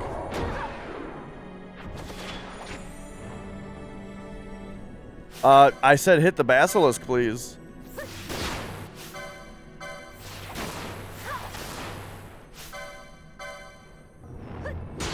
Okay. I thought he was doing something before where, like... Okay, if he has 2100 health, I'm gonna do the same thing before. I'm gonna cure him. You know, little cure. Into a single shot from Fran. Nice 6-hit combo. And then we'll poach him at 1100. I tried playing Final Fantasy 13 when it was new, and I didn't like it, so I didn't finish it, but I will give it another shot.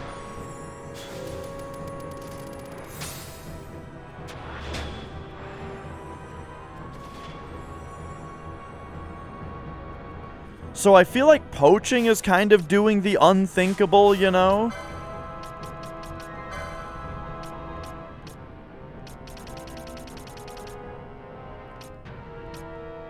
I've got more ideas, though. We could expose them.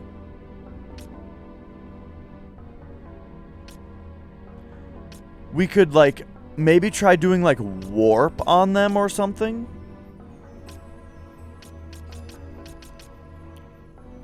Right? Like, if we go to Arcane...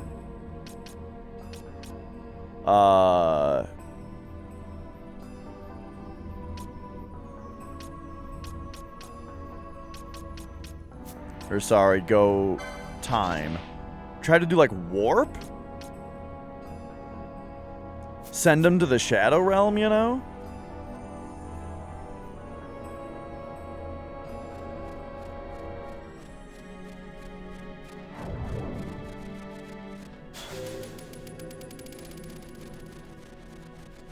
Oh, but anyway, something that I was saying earlier is that, now that I've gotten, like, the super treasure from this room, I shouldn't even go for that treasure chest anymore. Because for all I know, it's like... It's like oh, here's another one. Alright, check this out. Let's send this one to the Shadow Realm.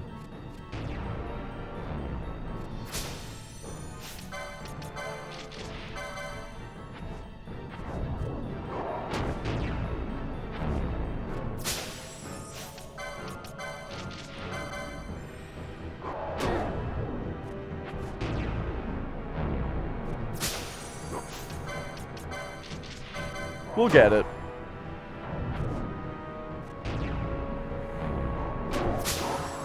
There we go. How about that? Eh?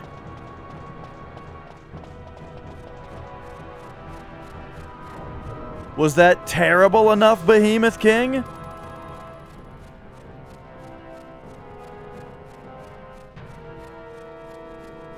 Mia, you gotta settle down. Yeah, Mia is definitely in, like, Nicole is going to be home soon. Please feed me. Time. She's in, like, maybe if I annoy you enough, it'll get Nicole to come home. You know, because she's a cat. She doesn't understand. She doesn't, you know. She doesn't respect Nicole's job.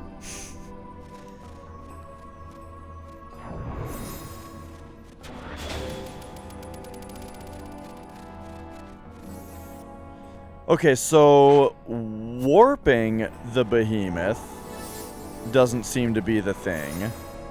Do the unthinkable.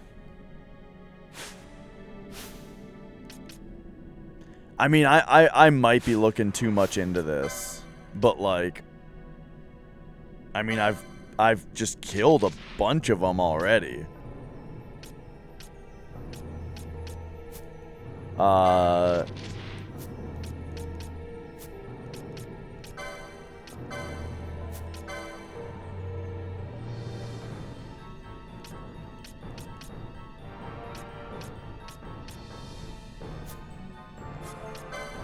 I mean, I don't know if, like, any of these guys are, like,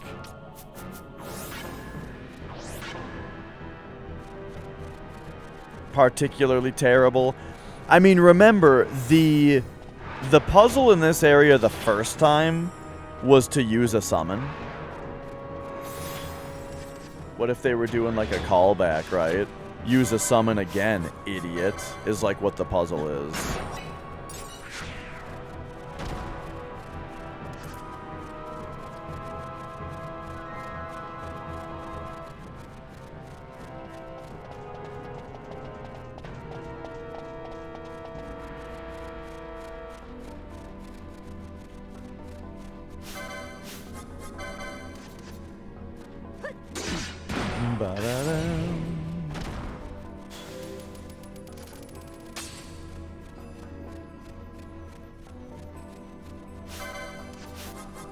Whoop. Whoop. Oh, I guess Balthier isn't close enough.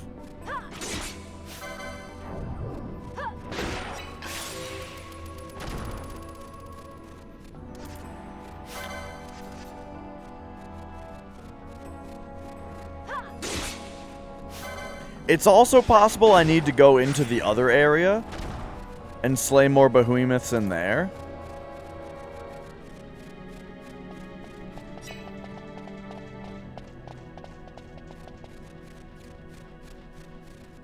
Oh boy. Oh. Nice combo.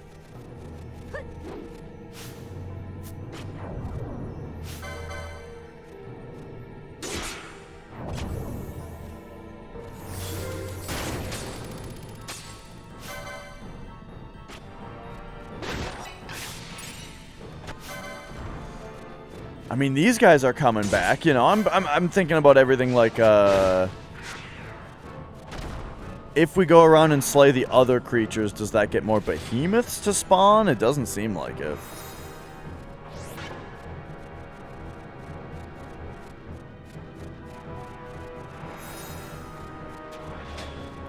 So we did warp. We did poach.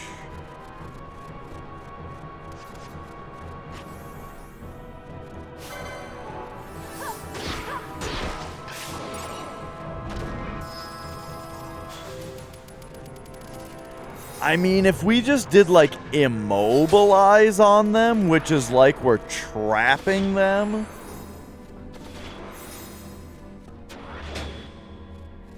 The thing is, the new Mo, though, that we talked to, he just said to slay them.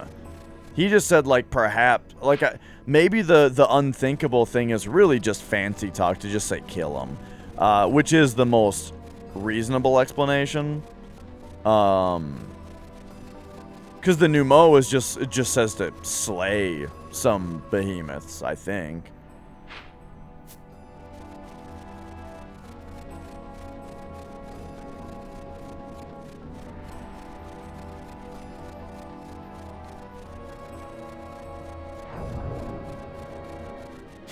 But okay, if we come in here now...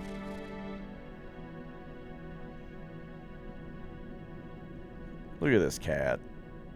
Just looking at me, just staring me down.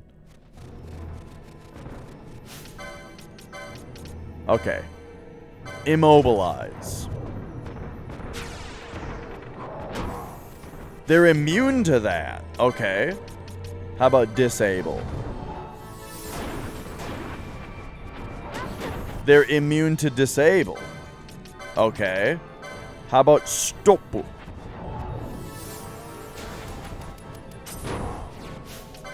That just missed.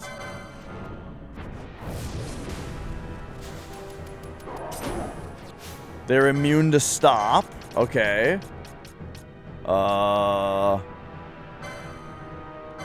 Turn to stone. Okay, that missed.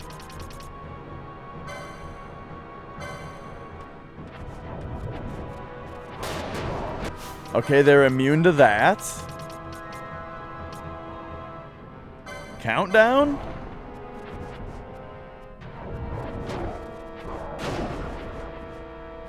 Okay, we doomed one of them.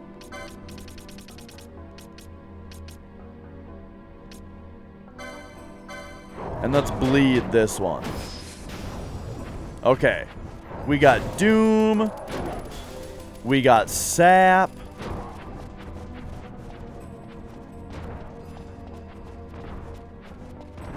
Let's come over here. Let's just watch Doom and Sap do their worst here.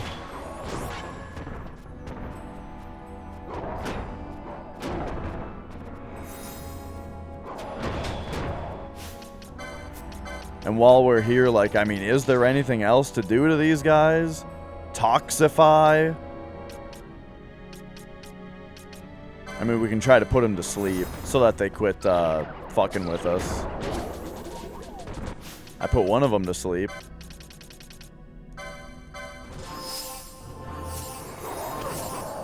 Like, that one just killed itself. It didn't even get doomed. It just, like... Okay, wait, does sleep make Sap stop working? Look at this. He's sleeping and, like, the sap isn't ticking anymore. That's kind of fucked. Or maybe Sap is like it only hurts you when you take an action.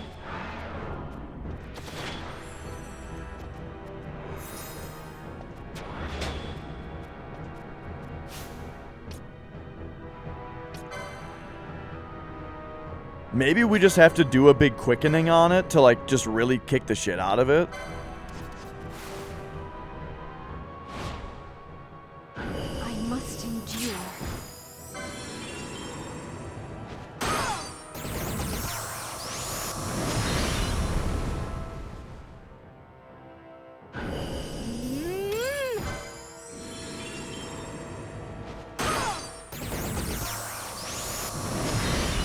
Yeah.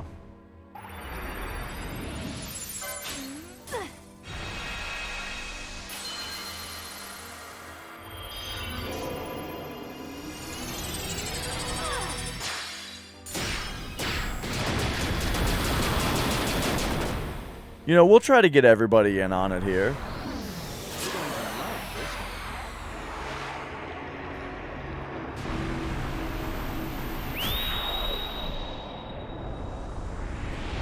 Heads up.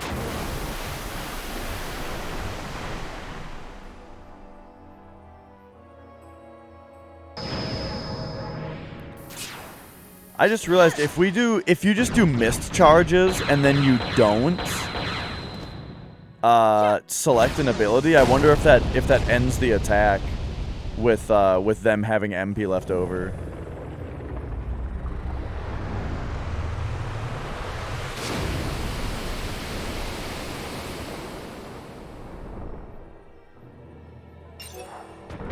Well, we did 10,000 damage to this one.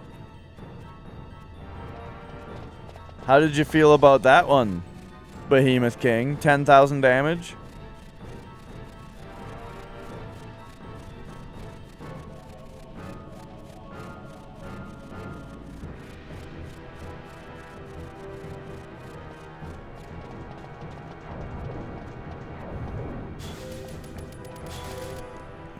Okay, 1 second. We don't need Bubble Shell just running around here.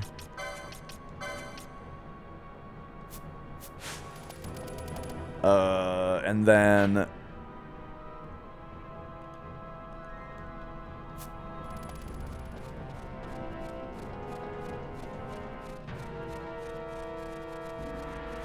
What the hell are we getting at here?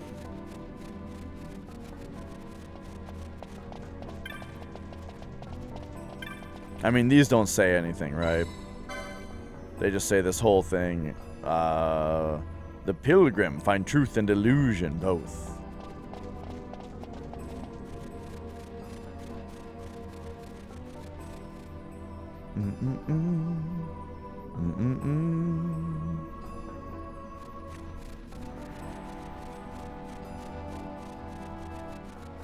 It might also be a thing where, I think I've already said this, where, like, you need to slay them in one of the rooms and then go to the other one, and he'll just be there.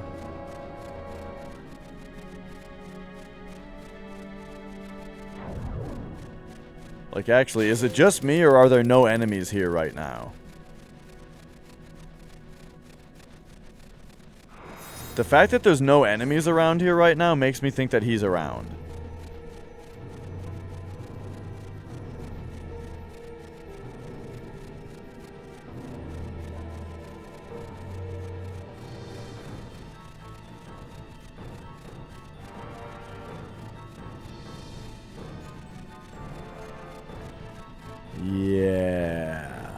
Yeah, okay, hang on. This is actually good. I think I've seen this before. I think I've actually seen this before, where you come in here and there's no enemies. Which, in the case of Ixion, meant that he was here.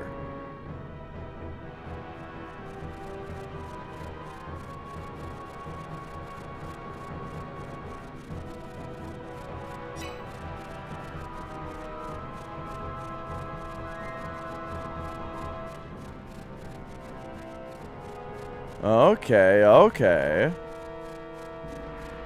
Yeah, this is it. This is it. I believe that we have done the first part of the puzzle now.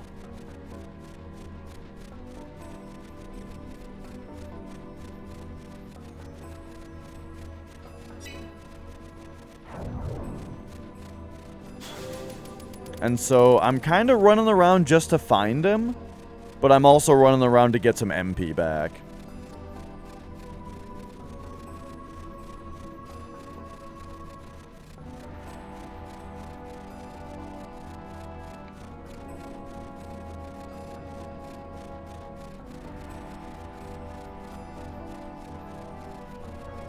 Apparently.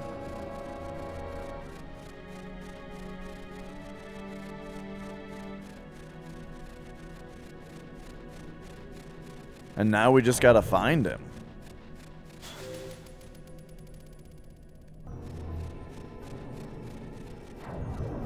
So, hang on a second.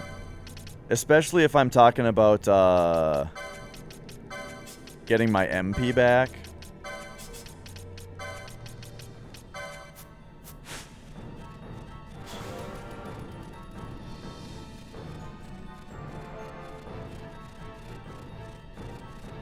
Let's turn these buffs off for a minute.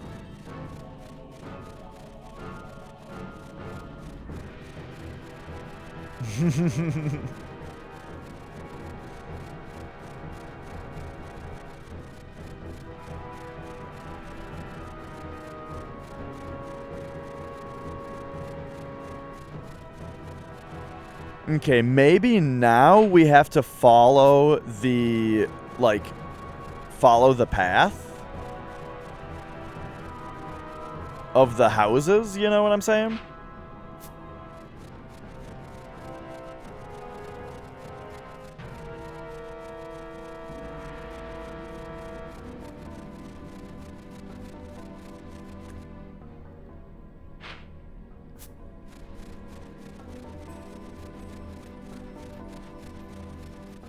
Okay. So, like, we would come in right here.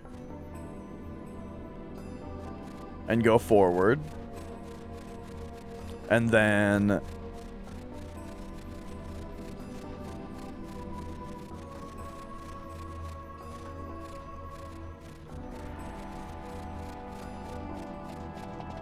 And then we got this, right? So, okay. Let's take the path. Being that the behemoths usually do spawn in these things, I think we should respect them. See if this somehow gets him to appear. We come over here.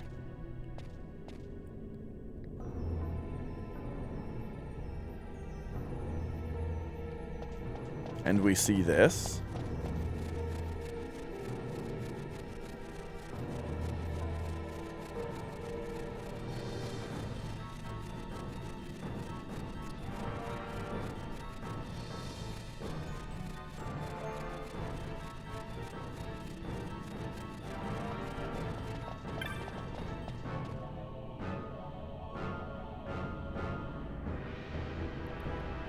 Sometimes the fog looks like there's an illusion. Okay, and that brings us to the gate.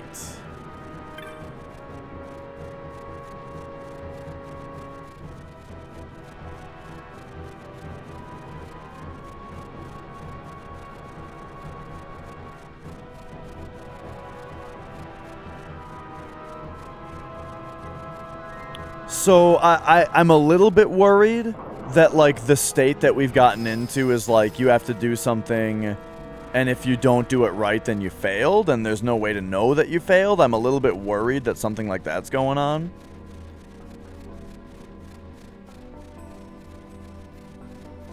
But, you know, I also just think that it's, like, we're here, we've gotten it into... You know, we've gotten it into the state where there's no enemies around, which means we are ready for this Behemoth King to appear at any moment, you know?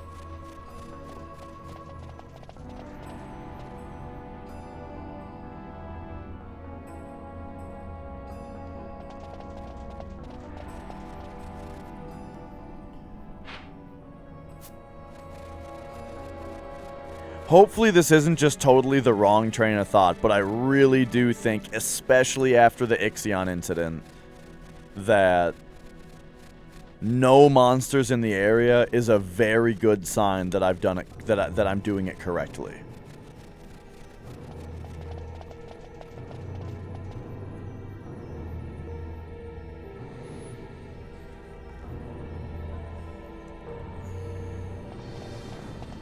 Oh, of course. I'm just thinking out loud.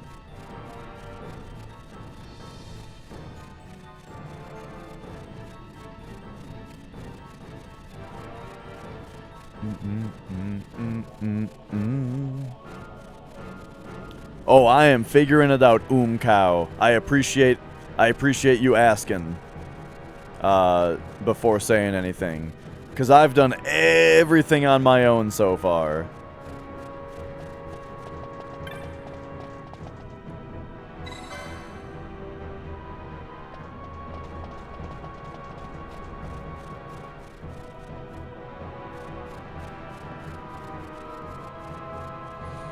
Yeah, yes, dude, some of these hunts have been really tough, but that's what's kept me coming back to all of them, you know?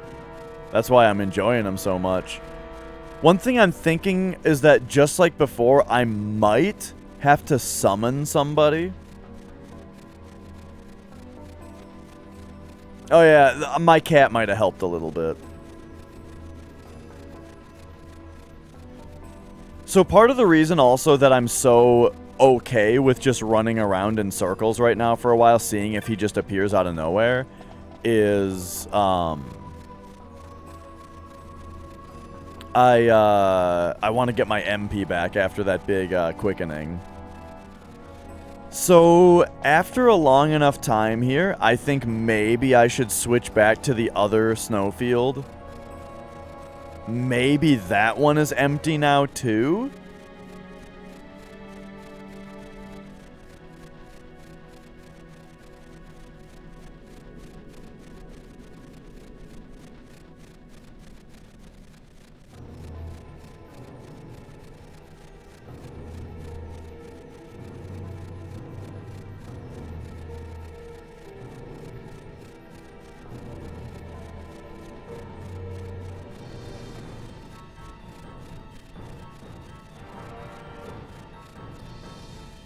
But okay.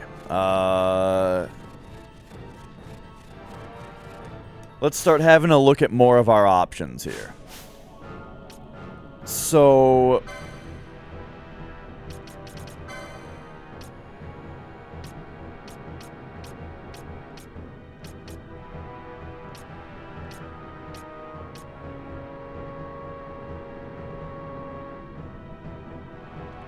a factor of time. Soul Eater?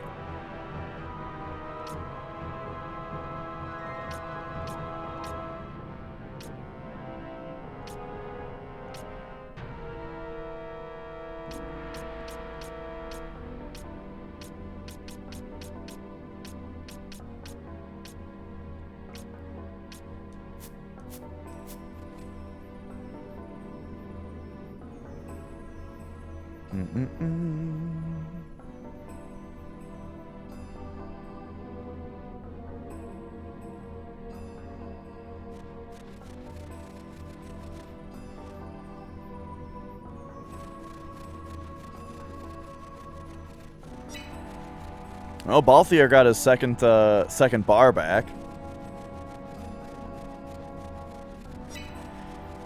I wonder if, I do wonder about just, like, summoning something, you know? Get Belias back out here or something like that.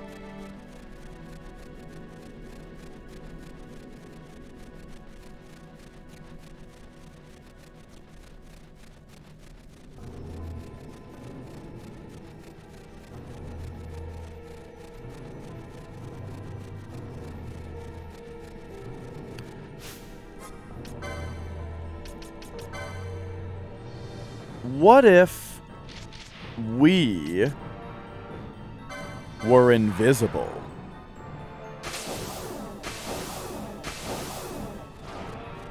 That's right, we're not here.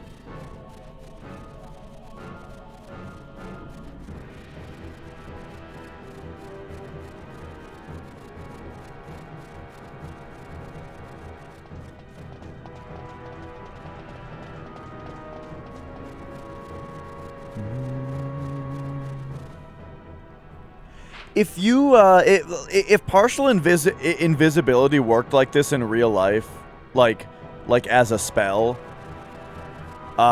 where it's all about the, it's 12th, where it's all about the, you know, like you and your clothes are becoming invisible, I'd be worried that my clothes would be partially invisible, and then you could see my partially invisible junk through my partially invisible pants.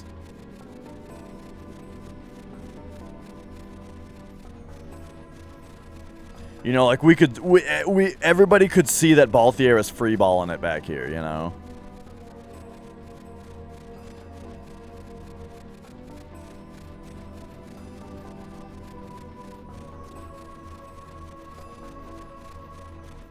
Oh, this is my Halloween costume, 12th.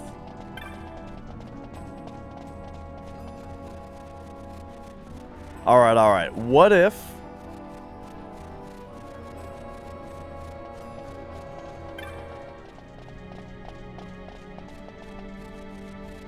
we went back this way. See, that's the thing, is that I'm so much less unique of a streamer that I don't know if you could I don't know if you could pull off like a costume of me, you know what I mean? Because it would just be like, oh, you just... You know what I mean? There's nothing there to riff on.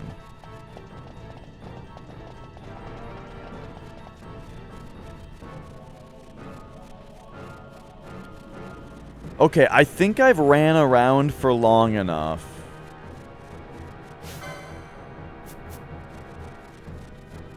I feel like I've ran around for long enough that I can verify that he's not coming.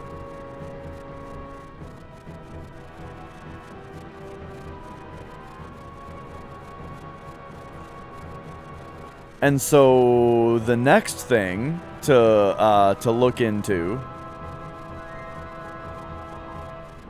well, I mean, it's just all about like, what are actions that I can even take?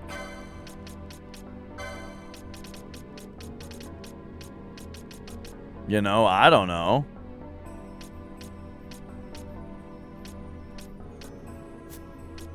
I kind of did it already.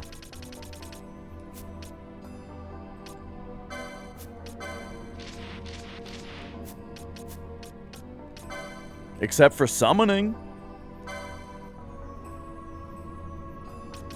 Zalera. I don't even remember who that is.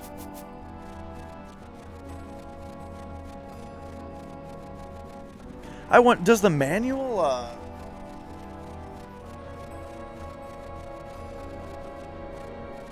Hang on, I'm gonna run around to still get more MP back. But does the manual have any of the dudes in it to remind me what they are?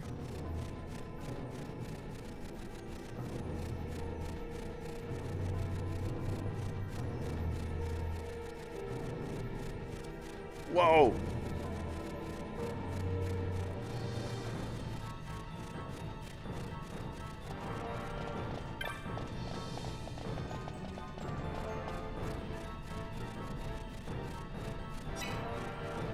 I don't think so. Nah, this is a very dry manual. Yeah, Derek. However, we've done everything else. Beat the Seer, beat Gilgamesh, beat Ixion, beat Diabolos. This is the last one. I got to a point where no monsters are spawning in this area anymore. Which says to me that I've done everything but the last thing. It says to me that there's one more thing to do.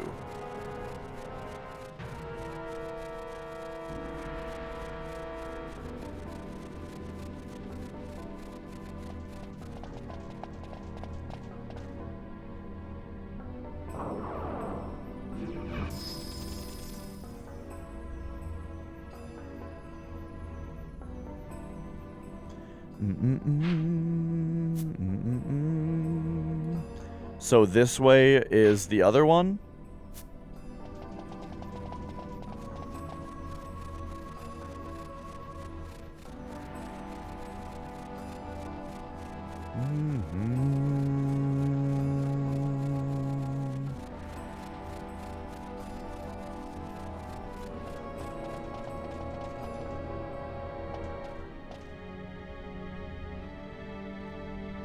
Do these ones give me anything now?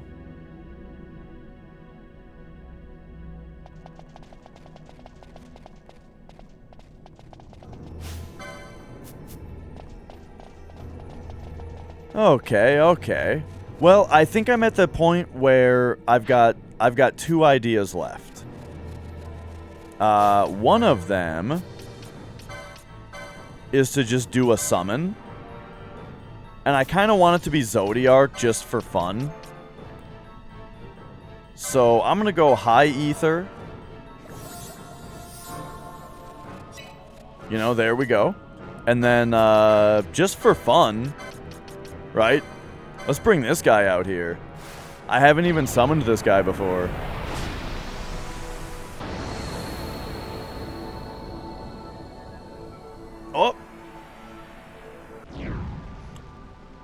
Oh, of course. I mean, if I get any hints, then that basically just removes the puzzle from the game. What's the point of even doing it, you know? What's the point of even doing it if I'm not going to do it?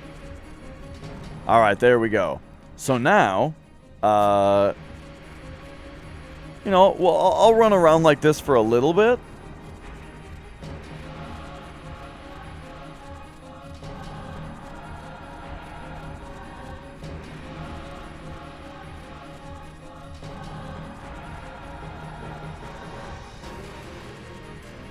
Look at this guy. He's so tiny. I feel like he's tinier than when he was the boss. I think I said that about the last guy too.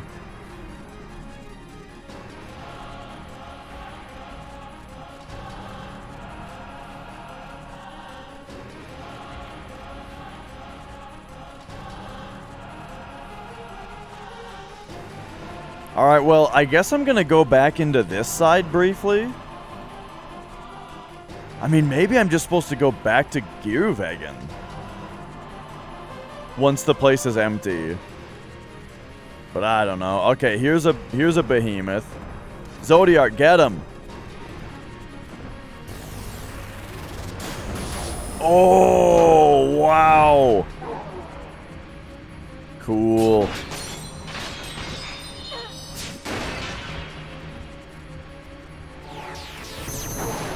Yeah!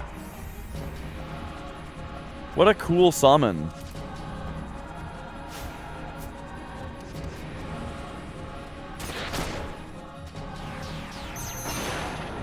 Yo!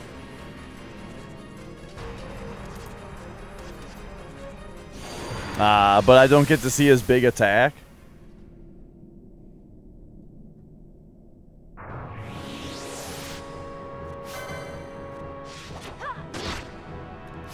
Oh yeah, I guess a pretty fast way to get my MP back would be to just go actually fight some dudes. Okay, so let's take another little run around. So now we know if we get it to the point where there's no enemies anymore, you don't just go back up to the north room then.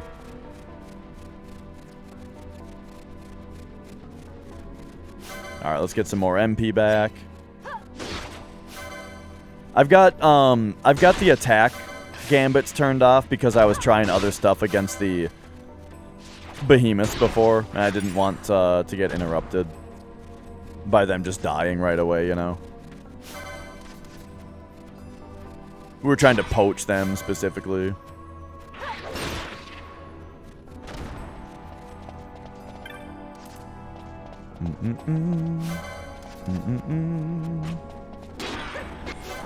So, you know, if it's true, though, that, like...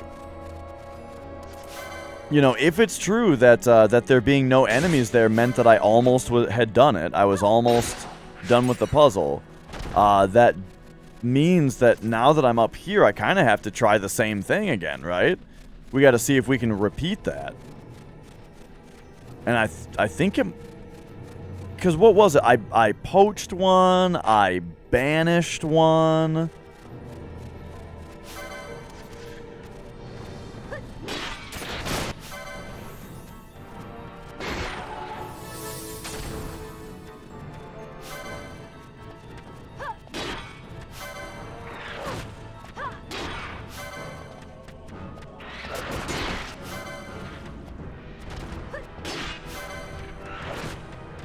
Do.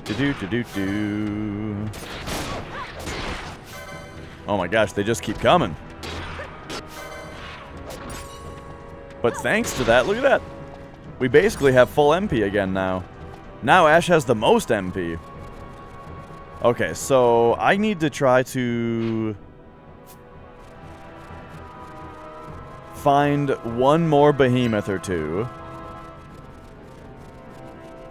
And we're gonna get him.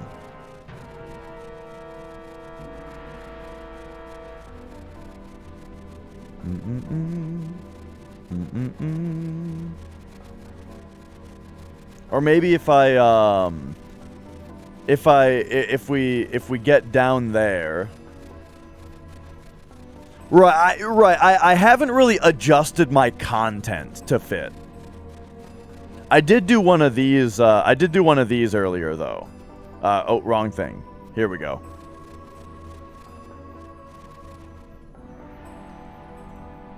Alright, so... we just gotta see if the guys are still gone here. You know. And it does actually appear that they are. Hang on a sec. I think,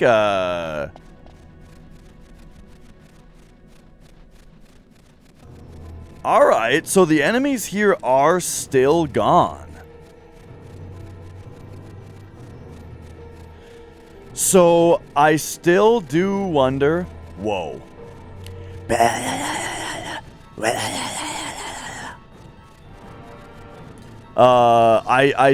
do still wonder if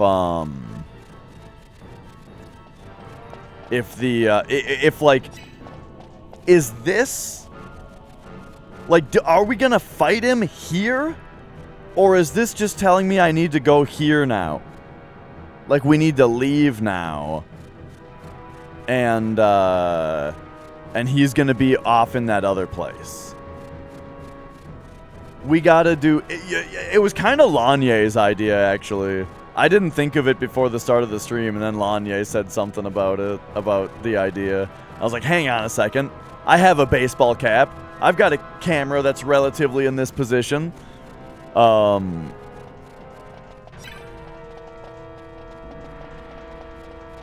Butterburger. I had a... Have you ever been to Freddy's? They're a lot like Culver's. They have burgers that are very similar to Culver's, and they sell frozen custard. But they've got, like, shoestring fries. Their fries are kind of better than Culver's. They're like shoestring fries, and they got, like... I feel like they had a little Cajun on them.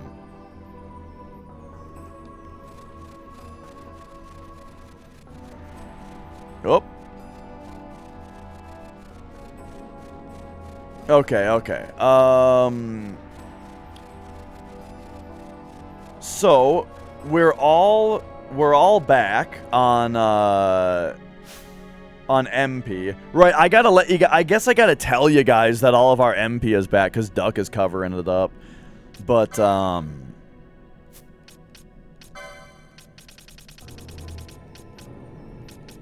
wait a second.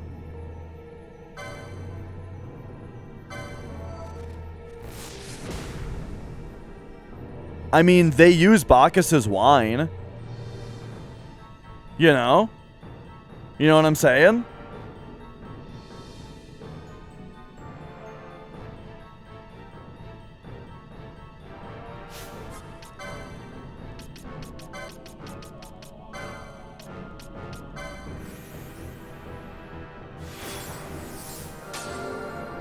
What the fuck? You got a remedy Berserk?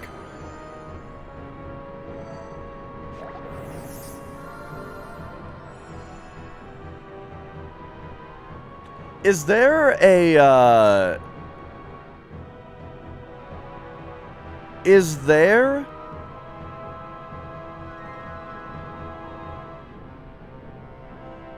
So,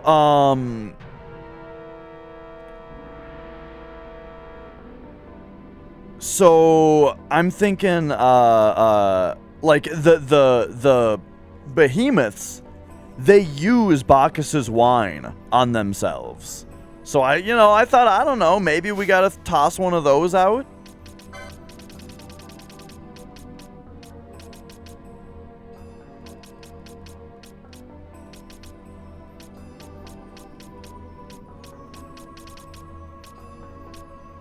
Oh, I forgot that we do have haste motes. That's kind of nice. Who's Bacchus? Yeah, I don't know.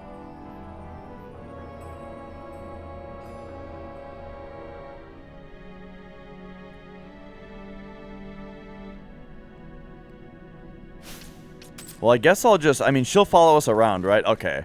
I guess we'll just go do this. We'll just run around as Fran until Ash gets better.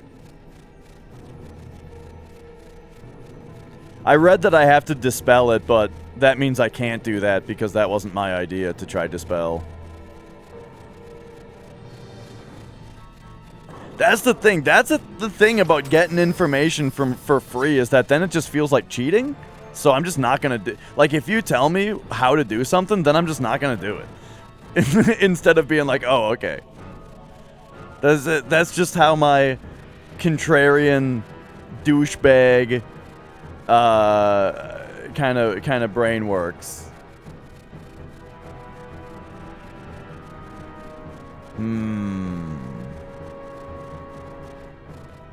What the fuck?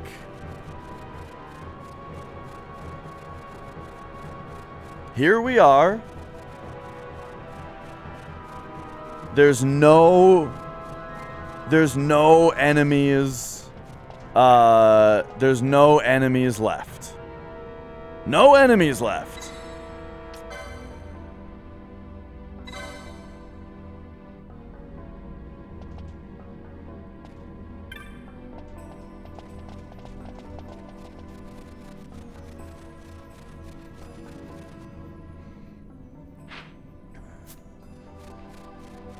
Ba-ba-ba.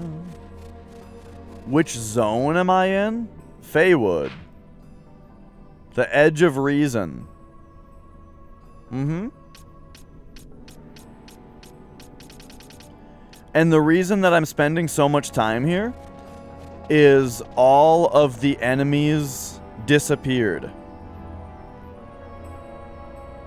Which last time I was in a zone and there were no enemies in it, the hunt then appeared. You know what I mean? Remember when we went downstairs in Pharos and the frogs weren't there? And I was like, where the fuck are all the frogs? And then I turned around and Ixion was behind me and it was awesome. Yeah, I'm hoping that that'll happen again.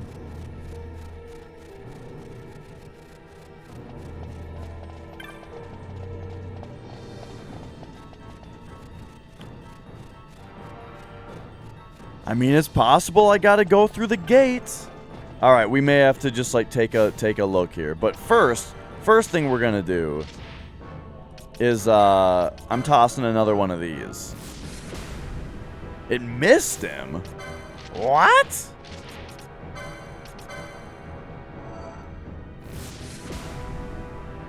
All right, where are you at?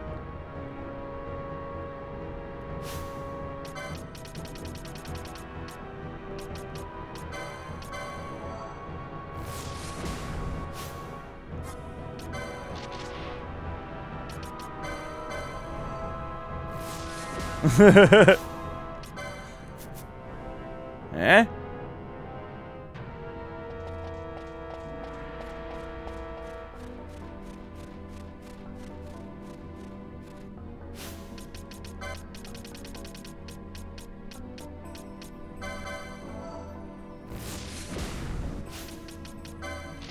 I'm aware of the repercussions of this. Oh, there we go. Come get us.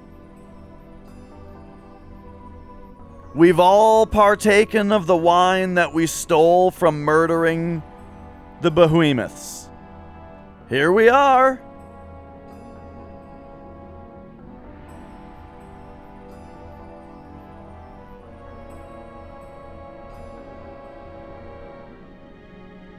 What up, Taco? It is Halloween. Halloween?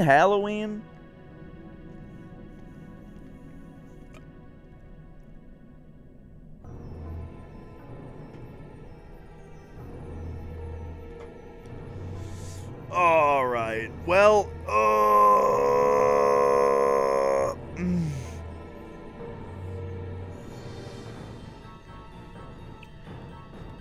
we all had some wine. And now we're just, so this, okay, this does not seem to be the answer.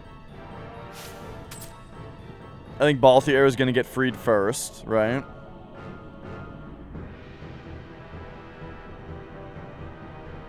I'm going to go step in that trap. What if this summons him?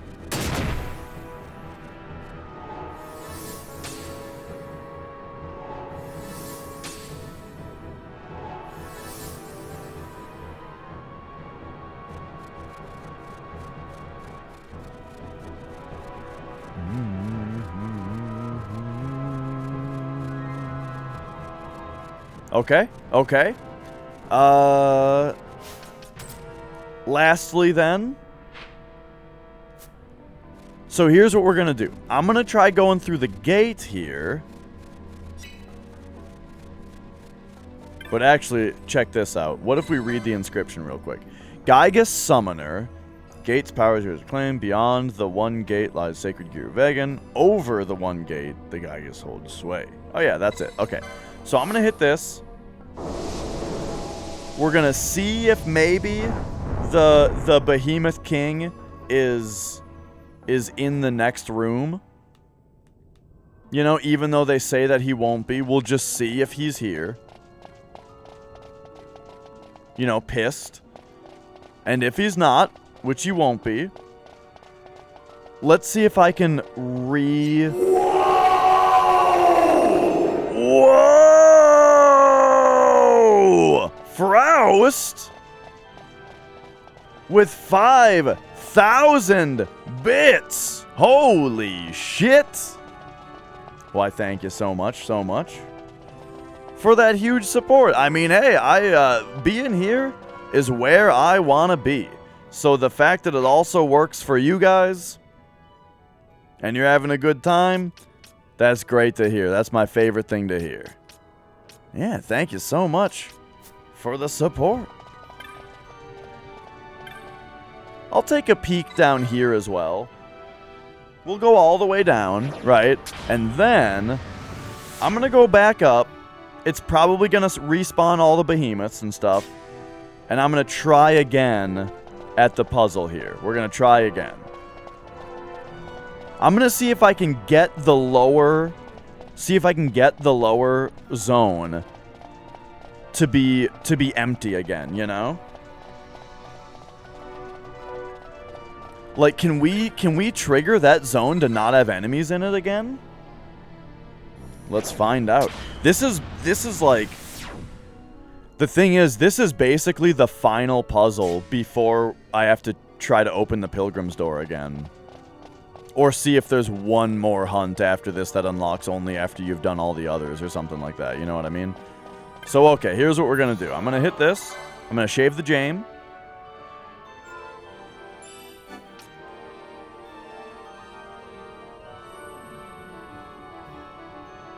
But yeah, holy shit, Froust, thank you so much. Damn! New angle. Whoa! What up, Gags? I think that might be the first time that you guys have properly heard the reverbed whoa. The whoa with reverb added.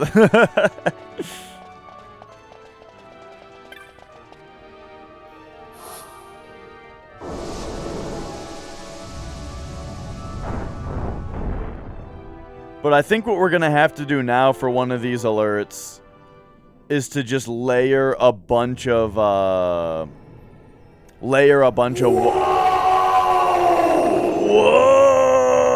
So there you heard, so right there, it's funny. You heard the reverb whoa incorrectly. Because for some reason, that's the one that goes off for the $5 when I tried to make it match the bits. But for some reason, when I tried to make it match... Dash. I heard you are looking for me. I am way too busy fornicating. Leave me alone, you goofball. If you continue to attempt to disturb me, I will slap the taste out of your mouth. Well, you know, real talk, I only think I've figured out through context what the word fornication means, but I'm actually not even sure. I think I know what it means through context, but I've never actually, like, looked it up to verify. But anyway,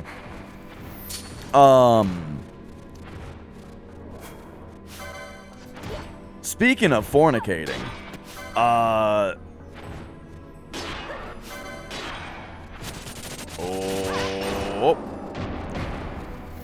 We gotta take out the rest of these behemoths.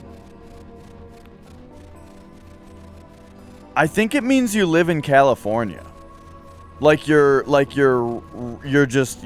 vibing, right? In California.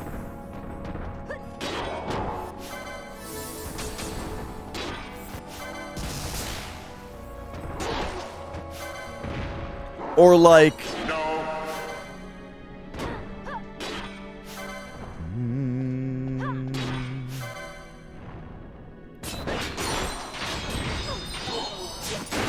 all right, we've done it. So we've taken out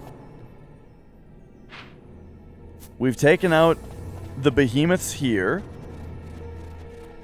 What was I trying to say a second ago? I feel there was something I was getting at.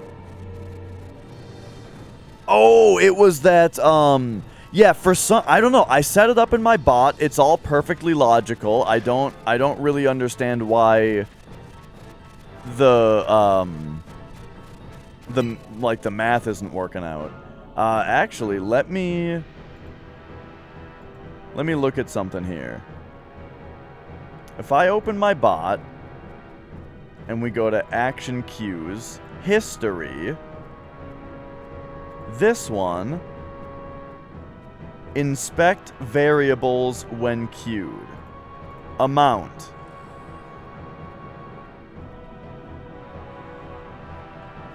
$5.00 is indeed the amount, and then my command. What's the one that went off?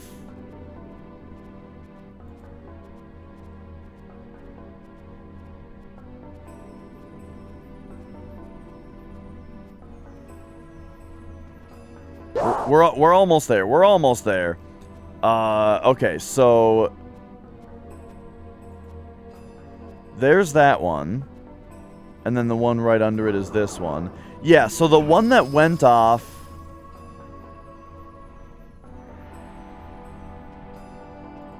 is the one that would meet the condition of the amount variable being greater than $49.99, right? So it goes off starting at 50 is the idea. Like the 5,000 bits do.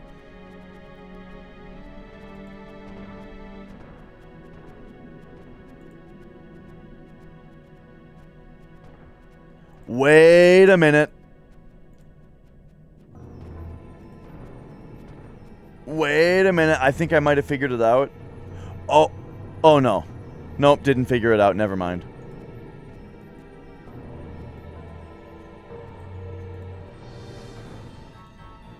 Yeah, so I don't know. Murder time! Yeah, it's I'm pretty sure when someone else gave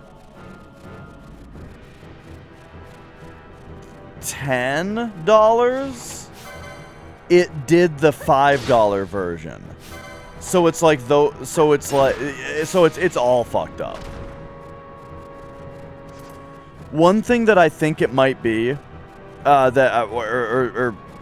thing that might be part of it, is the 5.00 might be getting sent as a string, which confuses the bot when it tries to read it as a number. What up, dong diggity? But I'm not sure if that's the case, if that's what's happening. Because it did work for the it worked for the Dashathon tracker.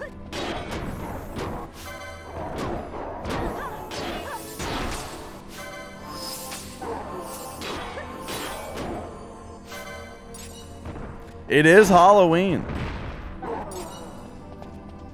And imagine that.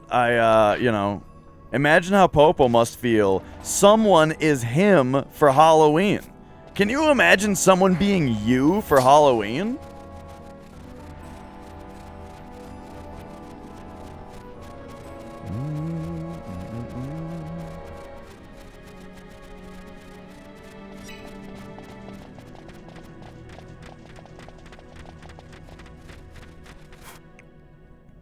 Okay.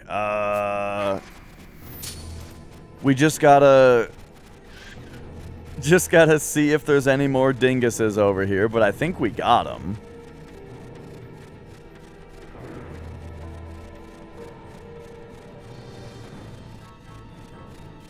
Just looking around. Yep.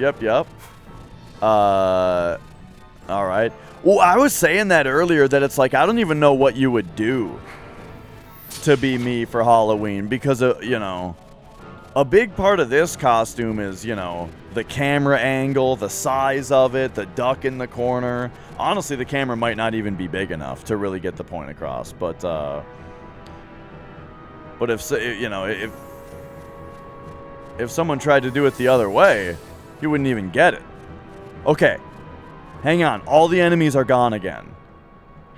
So, oh yeah, you would just have to start every sentence and then halfway through go, but, and then like continue your word. Yeah. That's a good one. That's a good one.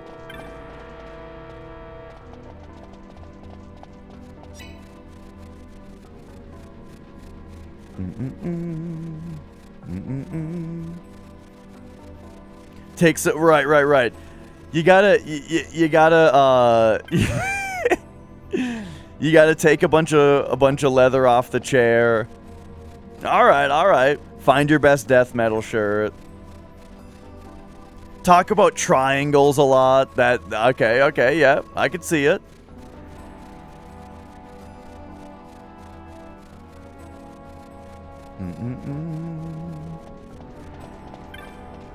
And right, never stop talking about the elevator.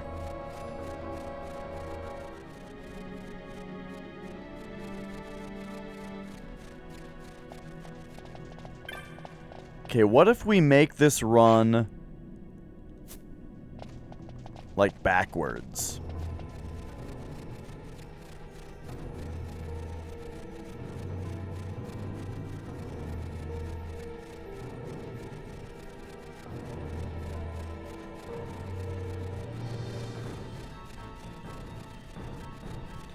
One, 2, 3, 4, 5, 6, 7, 8.5. All right. There we go.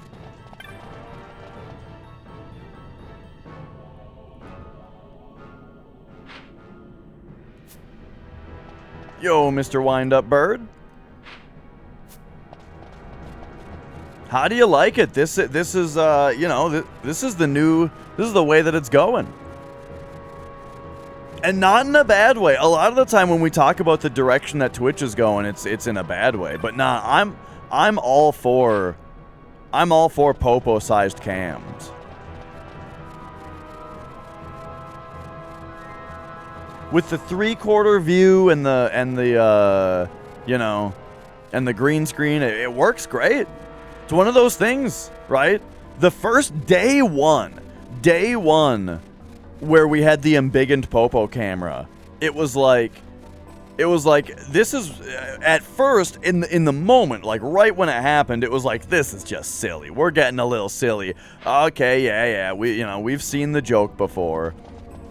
Big cam, bigger than the game, you know. But then after like 5 minutes, right, you just kind of got used to it. And then after 10 minutes, it's like you can't even go back anymore. And you know what it is, to get into the real talk of it, is that when someone's camera is nice and big, it more so feels like you're in the room with them, or they're in the room with you. You know what I mean? The whole like Twitch feeling, right? Of the whole idea, right? Of you're palling around, you're hanging out, playing games, talking about games, right? There's the old treasure chest again. That's in the trap.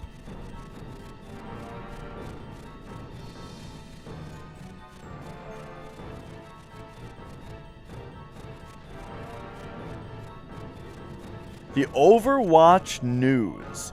People have discovered it's easier to get Overwatch 2 skins by farming gold in WoW, exchanging it for Battle.net value and using it in Overwatch. I didn't even know you could do that. Holy shit, that's like some metaverse shit. You know, you use your NFTs. You work. You play to earn. We're here to play.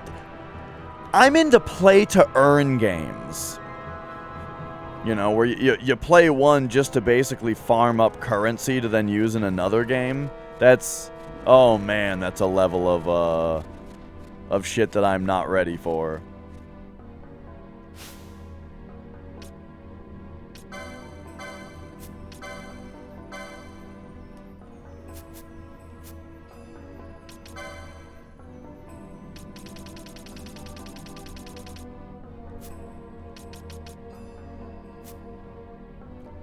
What the fuck?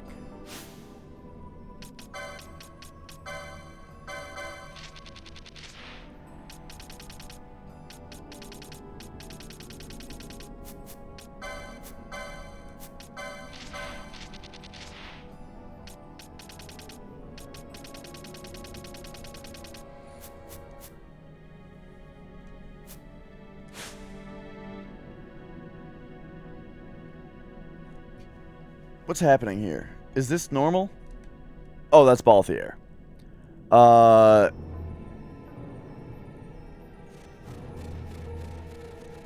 I'm starting to feel as if I need to go and talk to people again.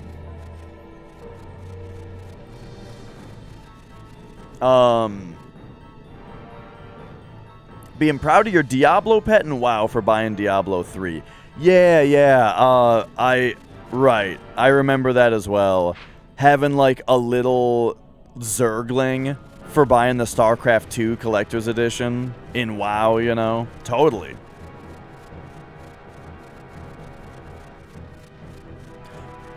You know, I've still got my, Oh.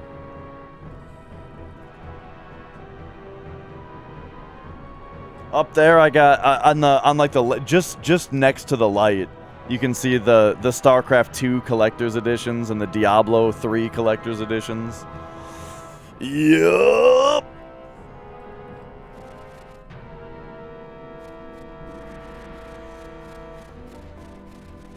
Ba-da-da, ba-da-da.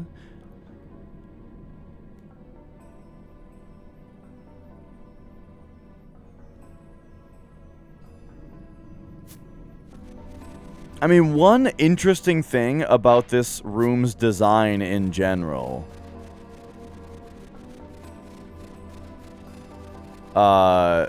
is this, like, big bridge thing.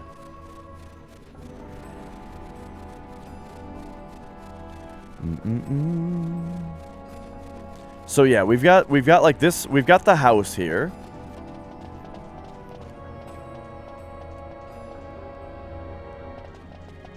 And then there's these things.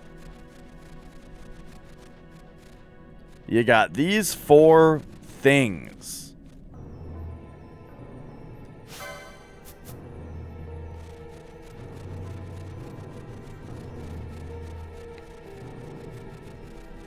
And if you run straight out from them,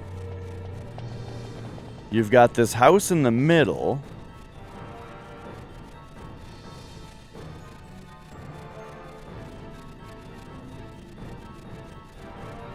And you've got these 4 things. And then these 4 things lead to this thing. But then that's it. This just goes down now.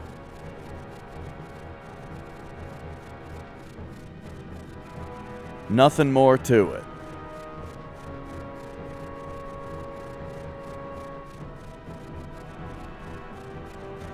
Haven't played any Blizzard games in the last 3 or 4 years after the company started to go downhill. Yeah, same here. I mean, so Popo and I have been playing Diablo 2, but not the remaster, you know. And that's even a little bit of the reason it is just the general, you know, I don't even want to launch the Battle.net launcher, you know, when we've got a perfectly good just Diablo2.exe right here that we can run and start playing.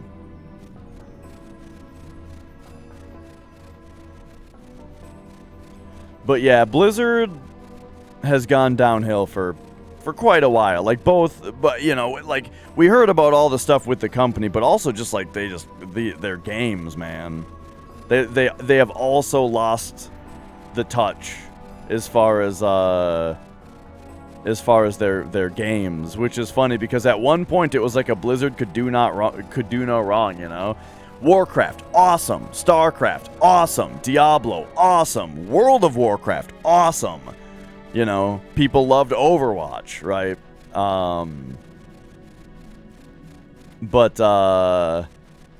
But yeah, then at some point though, like when did they peak? I feel like it was StarCraft 2. I feel like StarCraft 2 was awesome. They did a great job with it. And then it's like ever since then it's been downhill, right? Which means not everything was bad right away. You know, they were just going downhill, right?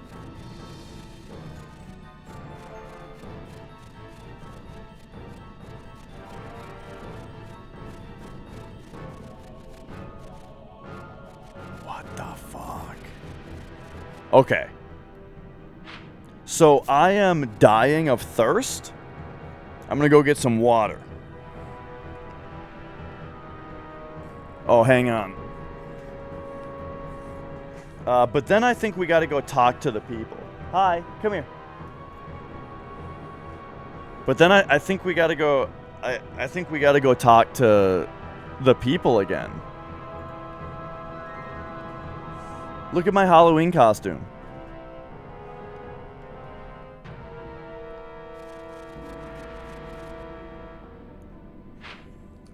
Yeah. Okay.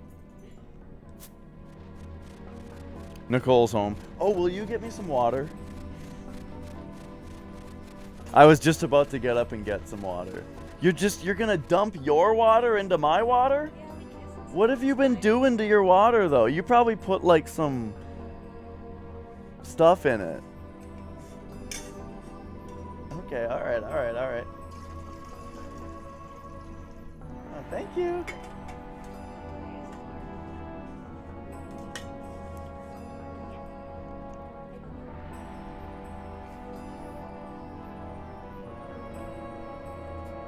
Oh, alright. Immediately swallowed it down the wrong hole.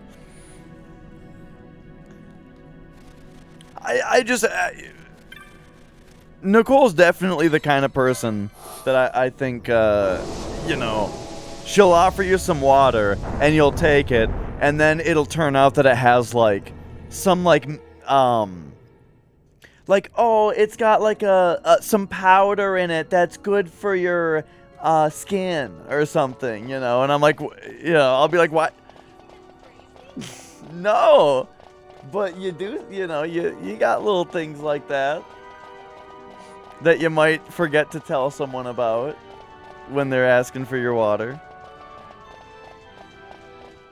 Do we buy water? I mean, technically we pay for it, but if you mean like, do we buy bottles of it at the store and take it home? Sometimes, but not normally. It depends on, like, it kind of depends on where you live. Here, let me put it this way. At home, no. At home, we have a water filter in our fridge. Like our tap goes through our fridge, you know? So it's got like a spigot on the fridge, right? That gives you water. And it goes through a filter, right? So I just drink filtered water from the fridge, which it's filtered tap water. If I go somewhere else, though, like if I ever like when I was in California for TwitchCon, for example, I'm very sketched out by like drinking water out of the sink tap at a place that's not home, you know? So usually I do buy like bottled water to drink when I'm out. Alright, let's go. Or thankfully at TwitchCon in the partner lounge they had one of those cuz they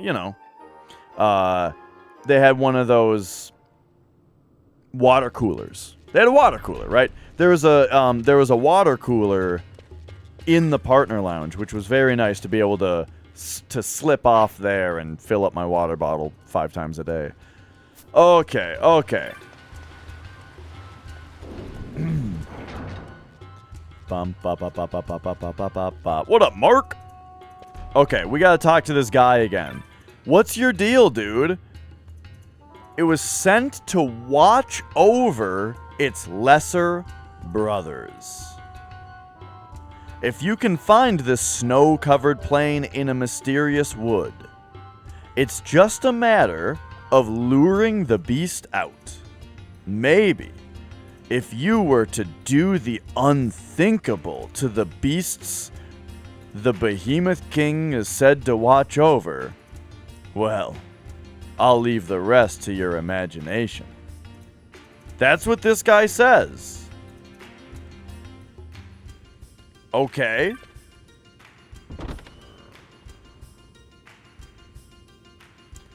Right, exactly, Popo. It was nice. They had coffee, and like it's funny because the partner lounge wasn't glamorous, you know? It was just like a room in the building, but they had a water cooler and they had a guy serving coffee that you could ask for coffee. He didn't have mocha though. You couldn't get a mocha from him. But you know, you could get coffee, right, for free. And that's all I really needed. You know, you're telling me that there's a room I can go to get water and coffee? Awesome. You know, that's really like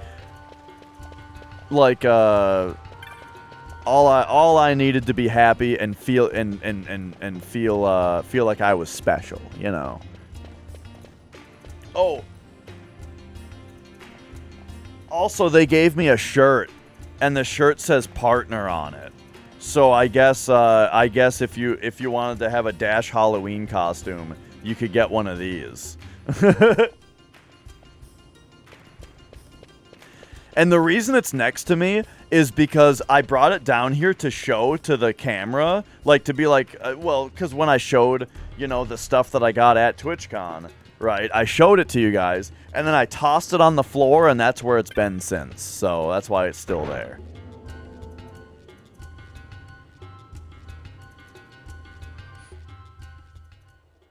There was also a bathroom, though, that was in, like, the partner-only area, you know? Did I get a fancy blanket and Connect 4? No. I have heard something about some kind of Twitch-branded Connect 4. I feel like I've heard those words before. A Twitch Connect 4. But I did not get that or have it or anything to that effect. But as far as a fancy blanket goes, I don't know if I can talk about it yet, but I may be doing a sponsored stream at some point soon that has something to do with keeping warm in the winter. Behemoth King.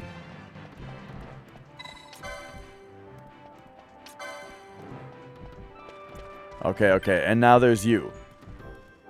Hunting the Behemoth King. Look on the plains of snow, the furthest reaches.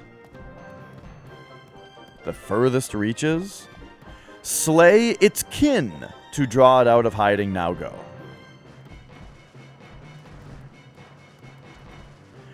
Okay, he said the words the furthest reaches, and actually that might mean something important. Let's take a look here real quick.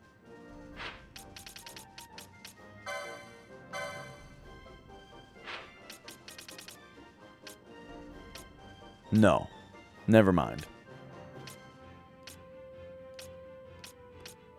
I thought one of these might be called, like, you know, the reach or something. Well,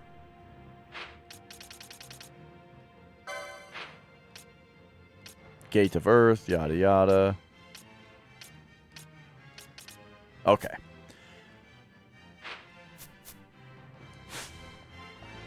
I guess one thing I could do is make a point to defeat the enemies that are in the back room, then come to the front room. All right, we've got a little bit more to do.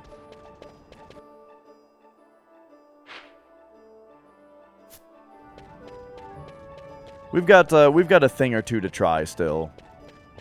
But this may be a puzzle that we have to come back to. But even if we do, even if we have to come back to this later, today we did defeat both Ixion and... Wait, is it just Ixion? Is that all I did today? No, we also beat Diabolos today. So I finished 2 hunts today.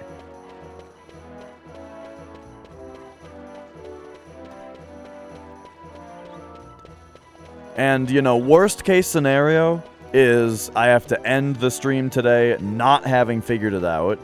But then I just get to think about it all night. Did I tell you guys, I was thinking about this game so much last night that I had a dream that I was playing Final Fantasy 13.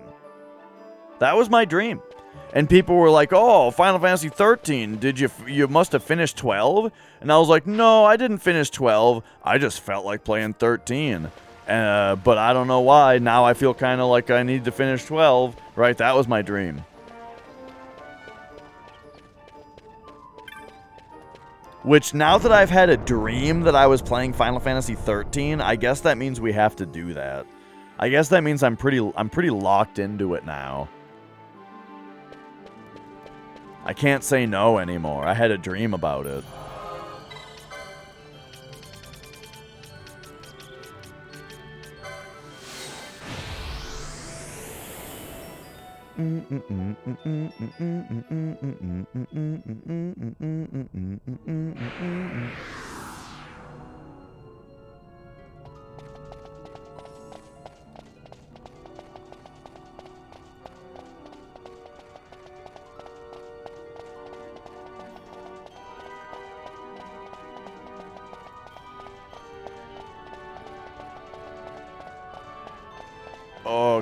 Okay.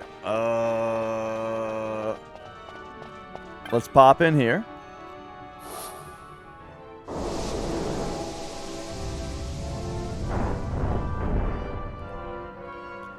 Yeah, I think you were saying that earlier, Rixim. That, like, my style, I'm gonna not like 13, but I would like 13 too.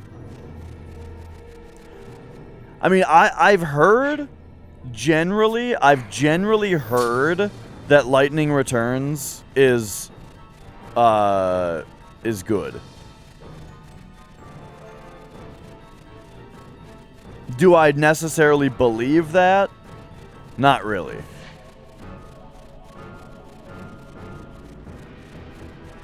But I have heard that it's a good, fun game.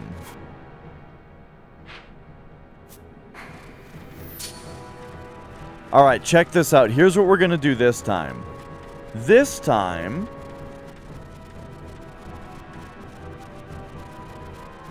we're just going to go straight back to this room back here.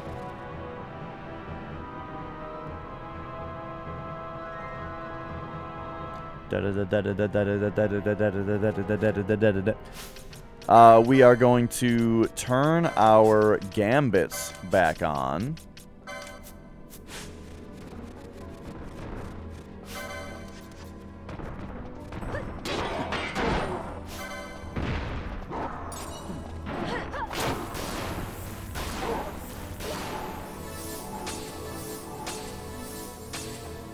Alright. I'm gonna fight the behemoths in this room without having fought the behemoths in the last room.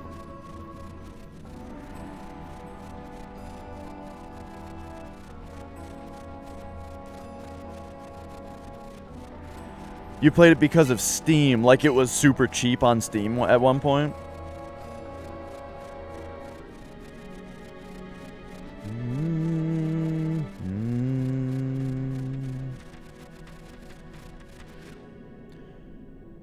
Okay. It's funny, I do own Final Fantasy 13 on Steam. But, I'll probably just play the PS3 version. Even though it's 30 FPS instead of 60, but... Yes? Your fly's open. Just letting you know. Sure.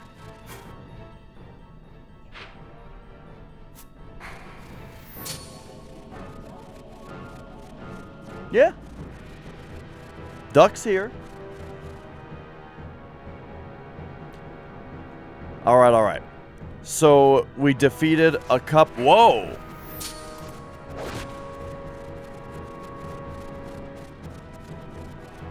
So now that we've defeated,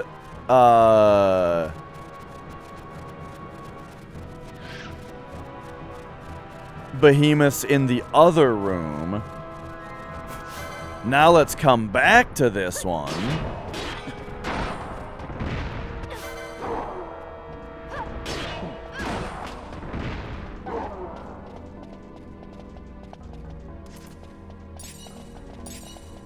Okay, okay.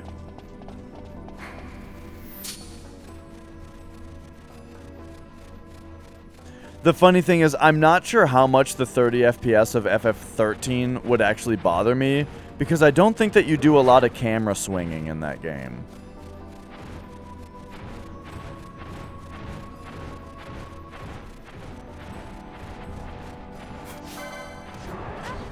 Okay, here's a couple more. Whoa, confuse.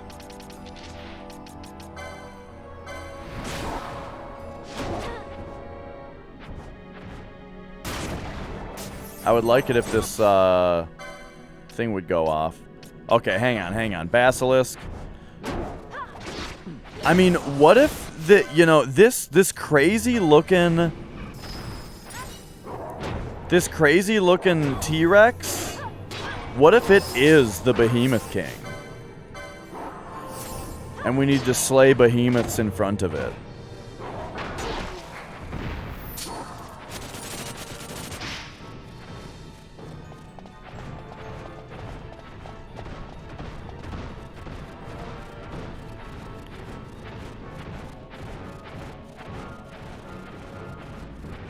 I kind of wonder if killing this thing is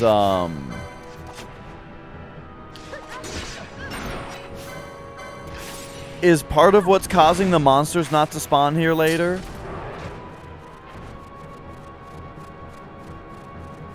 Oh, but anyway, I was gonna say, yeah, I just don't think that you're doing a lot of like camera swinging in 13. And that's the thing that, like, in 30 FPS looks bad.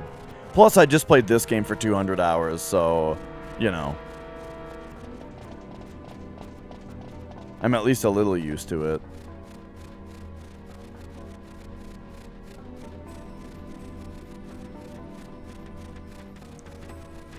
Okay. So now,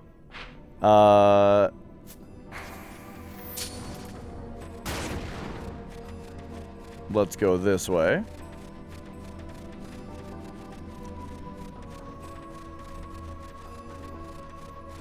It's hard to tell the difference between 30 and 60. That just means that you don't play enough 60 games.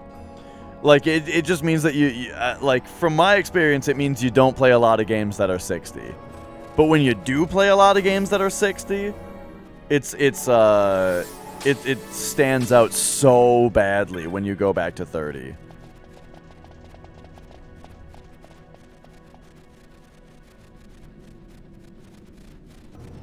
I'm just gonna play them on PS3.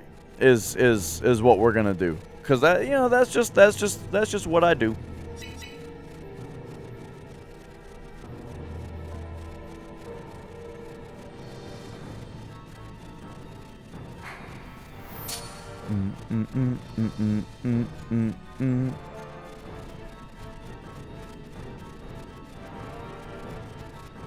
We just do the original versions, you know, and also,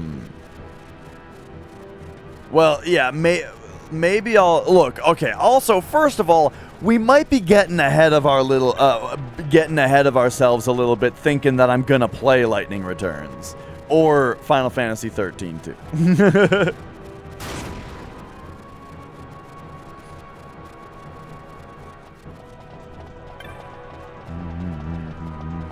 Alright, so we do seem to have crushed all of the behemoths in this room. Like, they're gone, but the other enemies are still here. Let me take a look at something here real quick. A friend playing Fable 1 at like 15 FPS. Dude, I played World of Warcraft at like 8 to 10 FPS for like 2 years. Because it was I just played it on my parents' computer and I did the best I could do. And that wasn't even all of it. I also had to,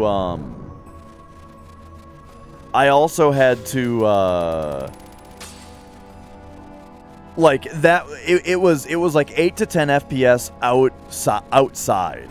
But when I went into a capital city with like all the other players and stuff, at that point I had to like point the camera down and zoom it all the way into the ground. And then I could kind of run around using the mini-map to get to where I needed to go. Because otherwise, it would basically just completely freeze. And yeah, I just played World of Warcraft like that for like 2 years because it was, you know, it was the best I could do.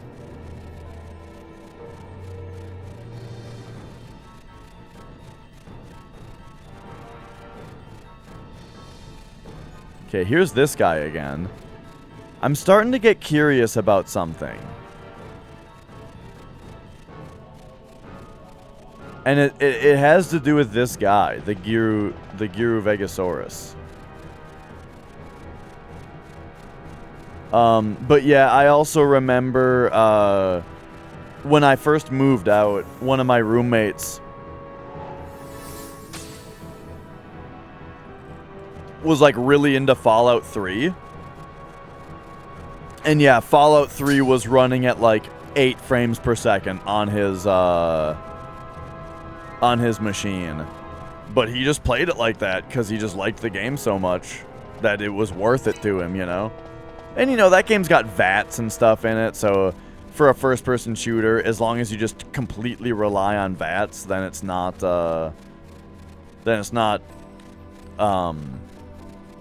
literally unplayable.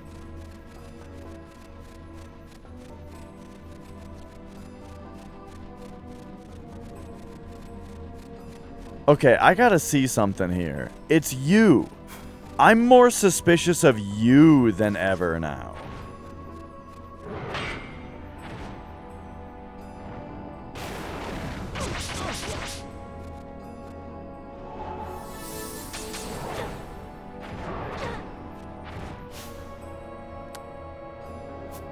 Okay, I'm gonna poach this guy.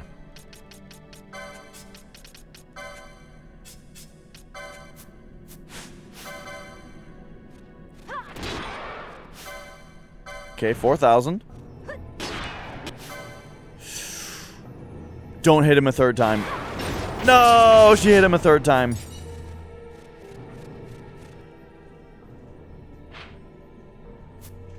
Okay, anyway. Now that I've defeated that enemy,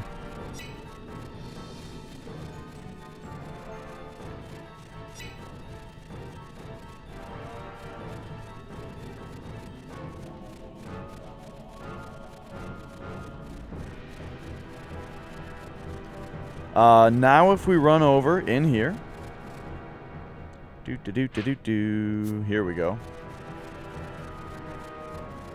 Played The Witcher 2 on an underpowered laptop that overheated frequently. I also remember The Witcher 2 being a notoriously difficult game to run.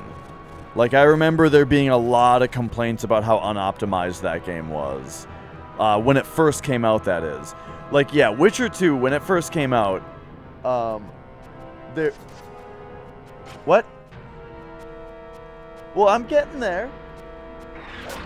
Yeah, when The Witcher 2 came out, I remember there being lots of complaints about how poorly optimized it was. But then, they came out with the Enhanced Edition of the game that released on, like, Xbox 360. And then that version they released on PC, which was apparently way easier to get going.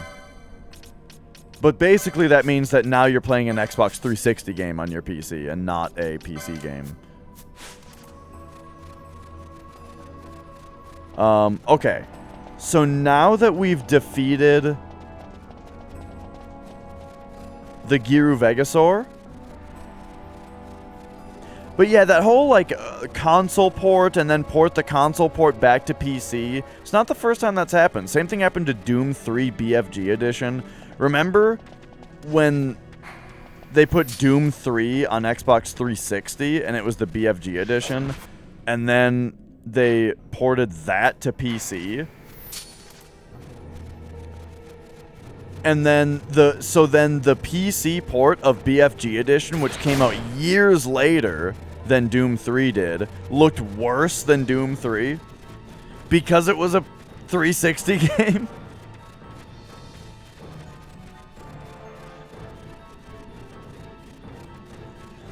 Remember going to Blockbuster for new games? Yeah, when you know, rentals were it's so weird to me that rental, I mean, I guess streaming really was the bane of rentals, because it wasn't even like Netflix streaming.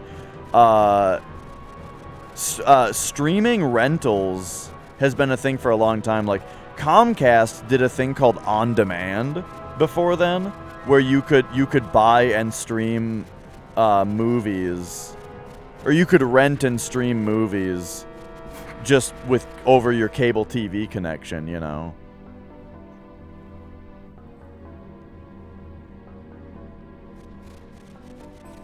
Renting to burn copies and then return them. Yeah, I never did anything like that. Look at this. Okay, so there is a thing in this place where when you defeat the Giru Vegasaur and then you zone out and back in, the monsters here don't spawn anymore. Are you seeing this?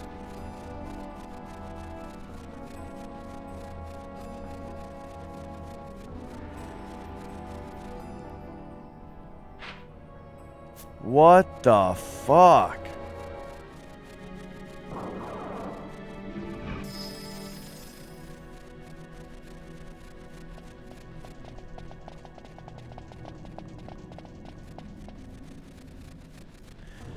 So, the thing that's causing the monsters not to spawn anymore doesn't seem to be anything that I'm doing with the behemoths.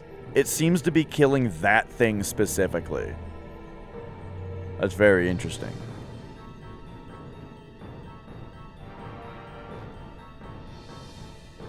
Well, that was my first thought, Glaz. Is that, oh, look at this. This is clearly a change of state in the area, you know? No, I've looked, Derek. I did not see one. But yeah, there is clearly a change of state in the area here.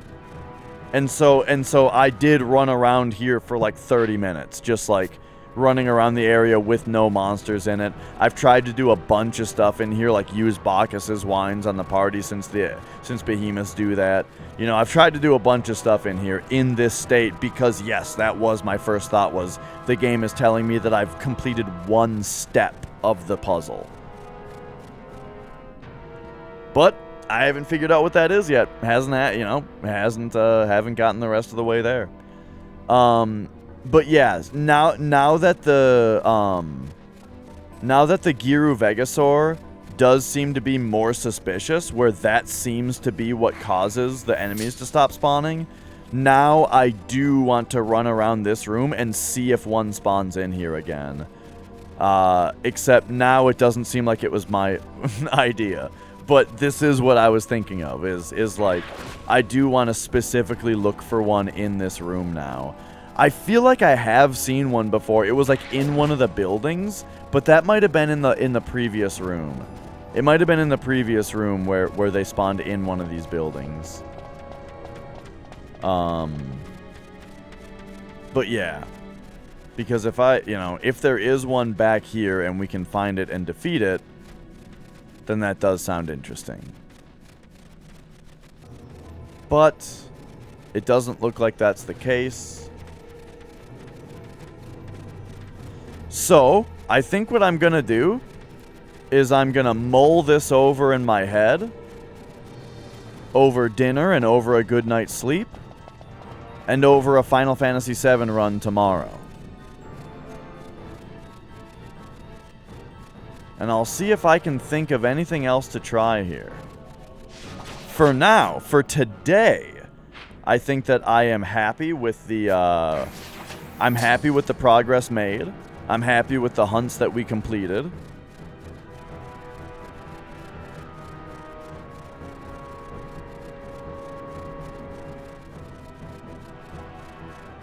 And I'm going to have to leave it at that because this one has me temporarily stumped once again.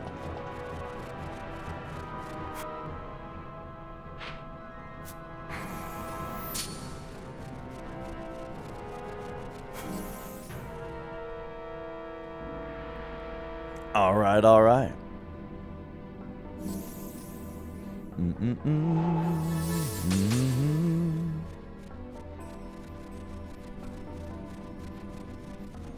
Oh yeah, I love being stuck for a while in a game.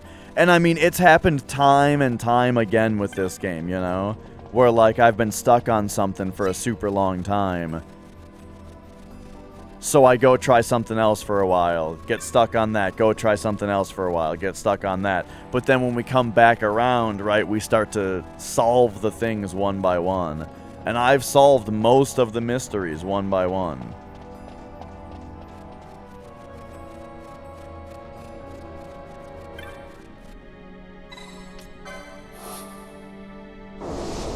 We've just got a couple left. What the hell could it mean?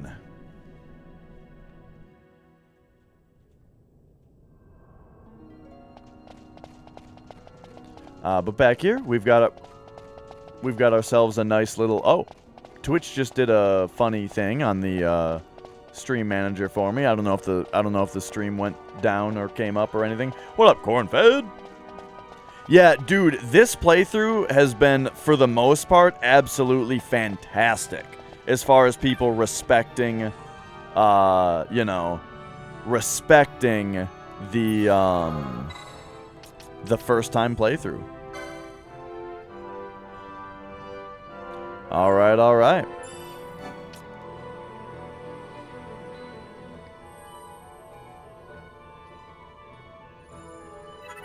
Whew, there we go.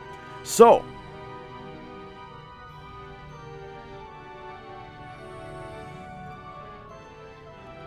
thank you so much for watching, everybody. It's been a good time. I had a great time. Hope you guys had a great time. I will be back tomorrow with some, you know, with the Final Fantasy VII run, and possibly some more Final Fantasy 12, Tomb Raider 2, something, you know. We'll get there.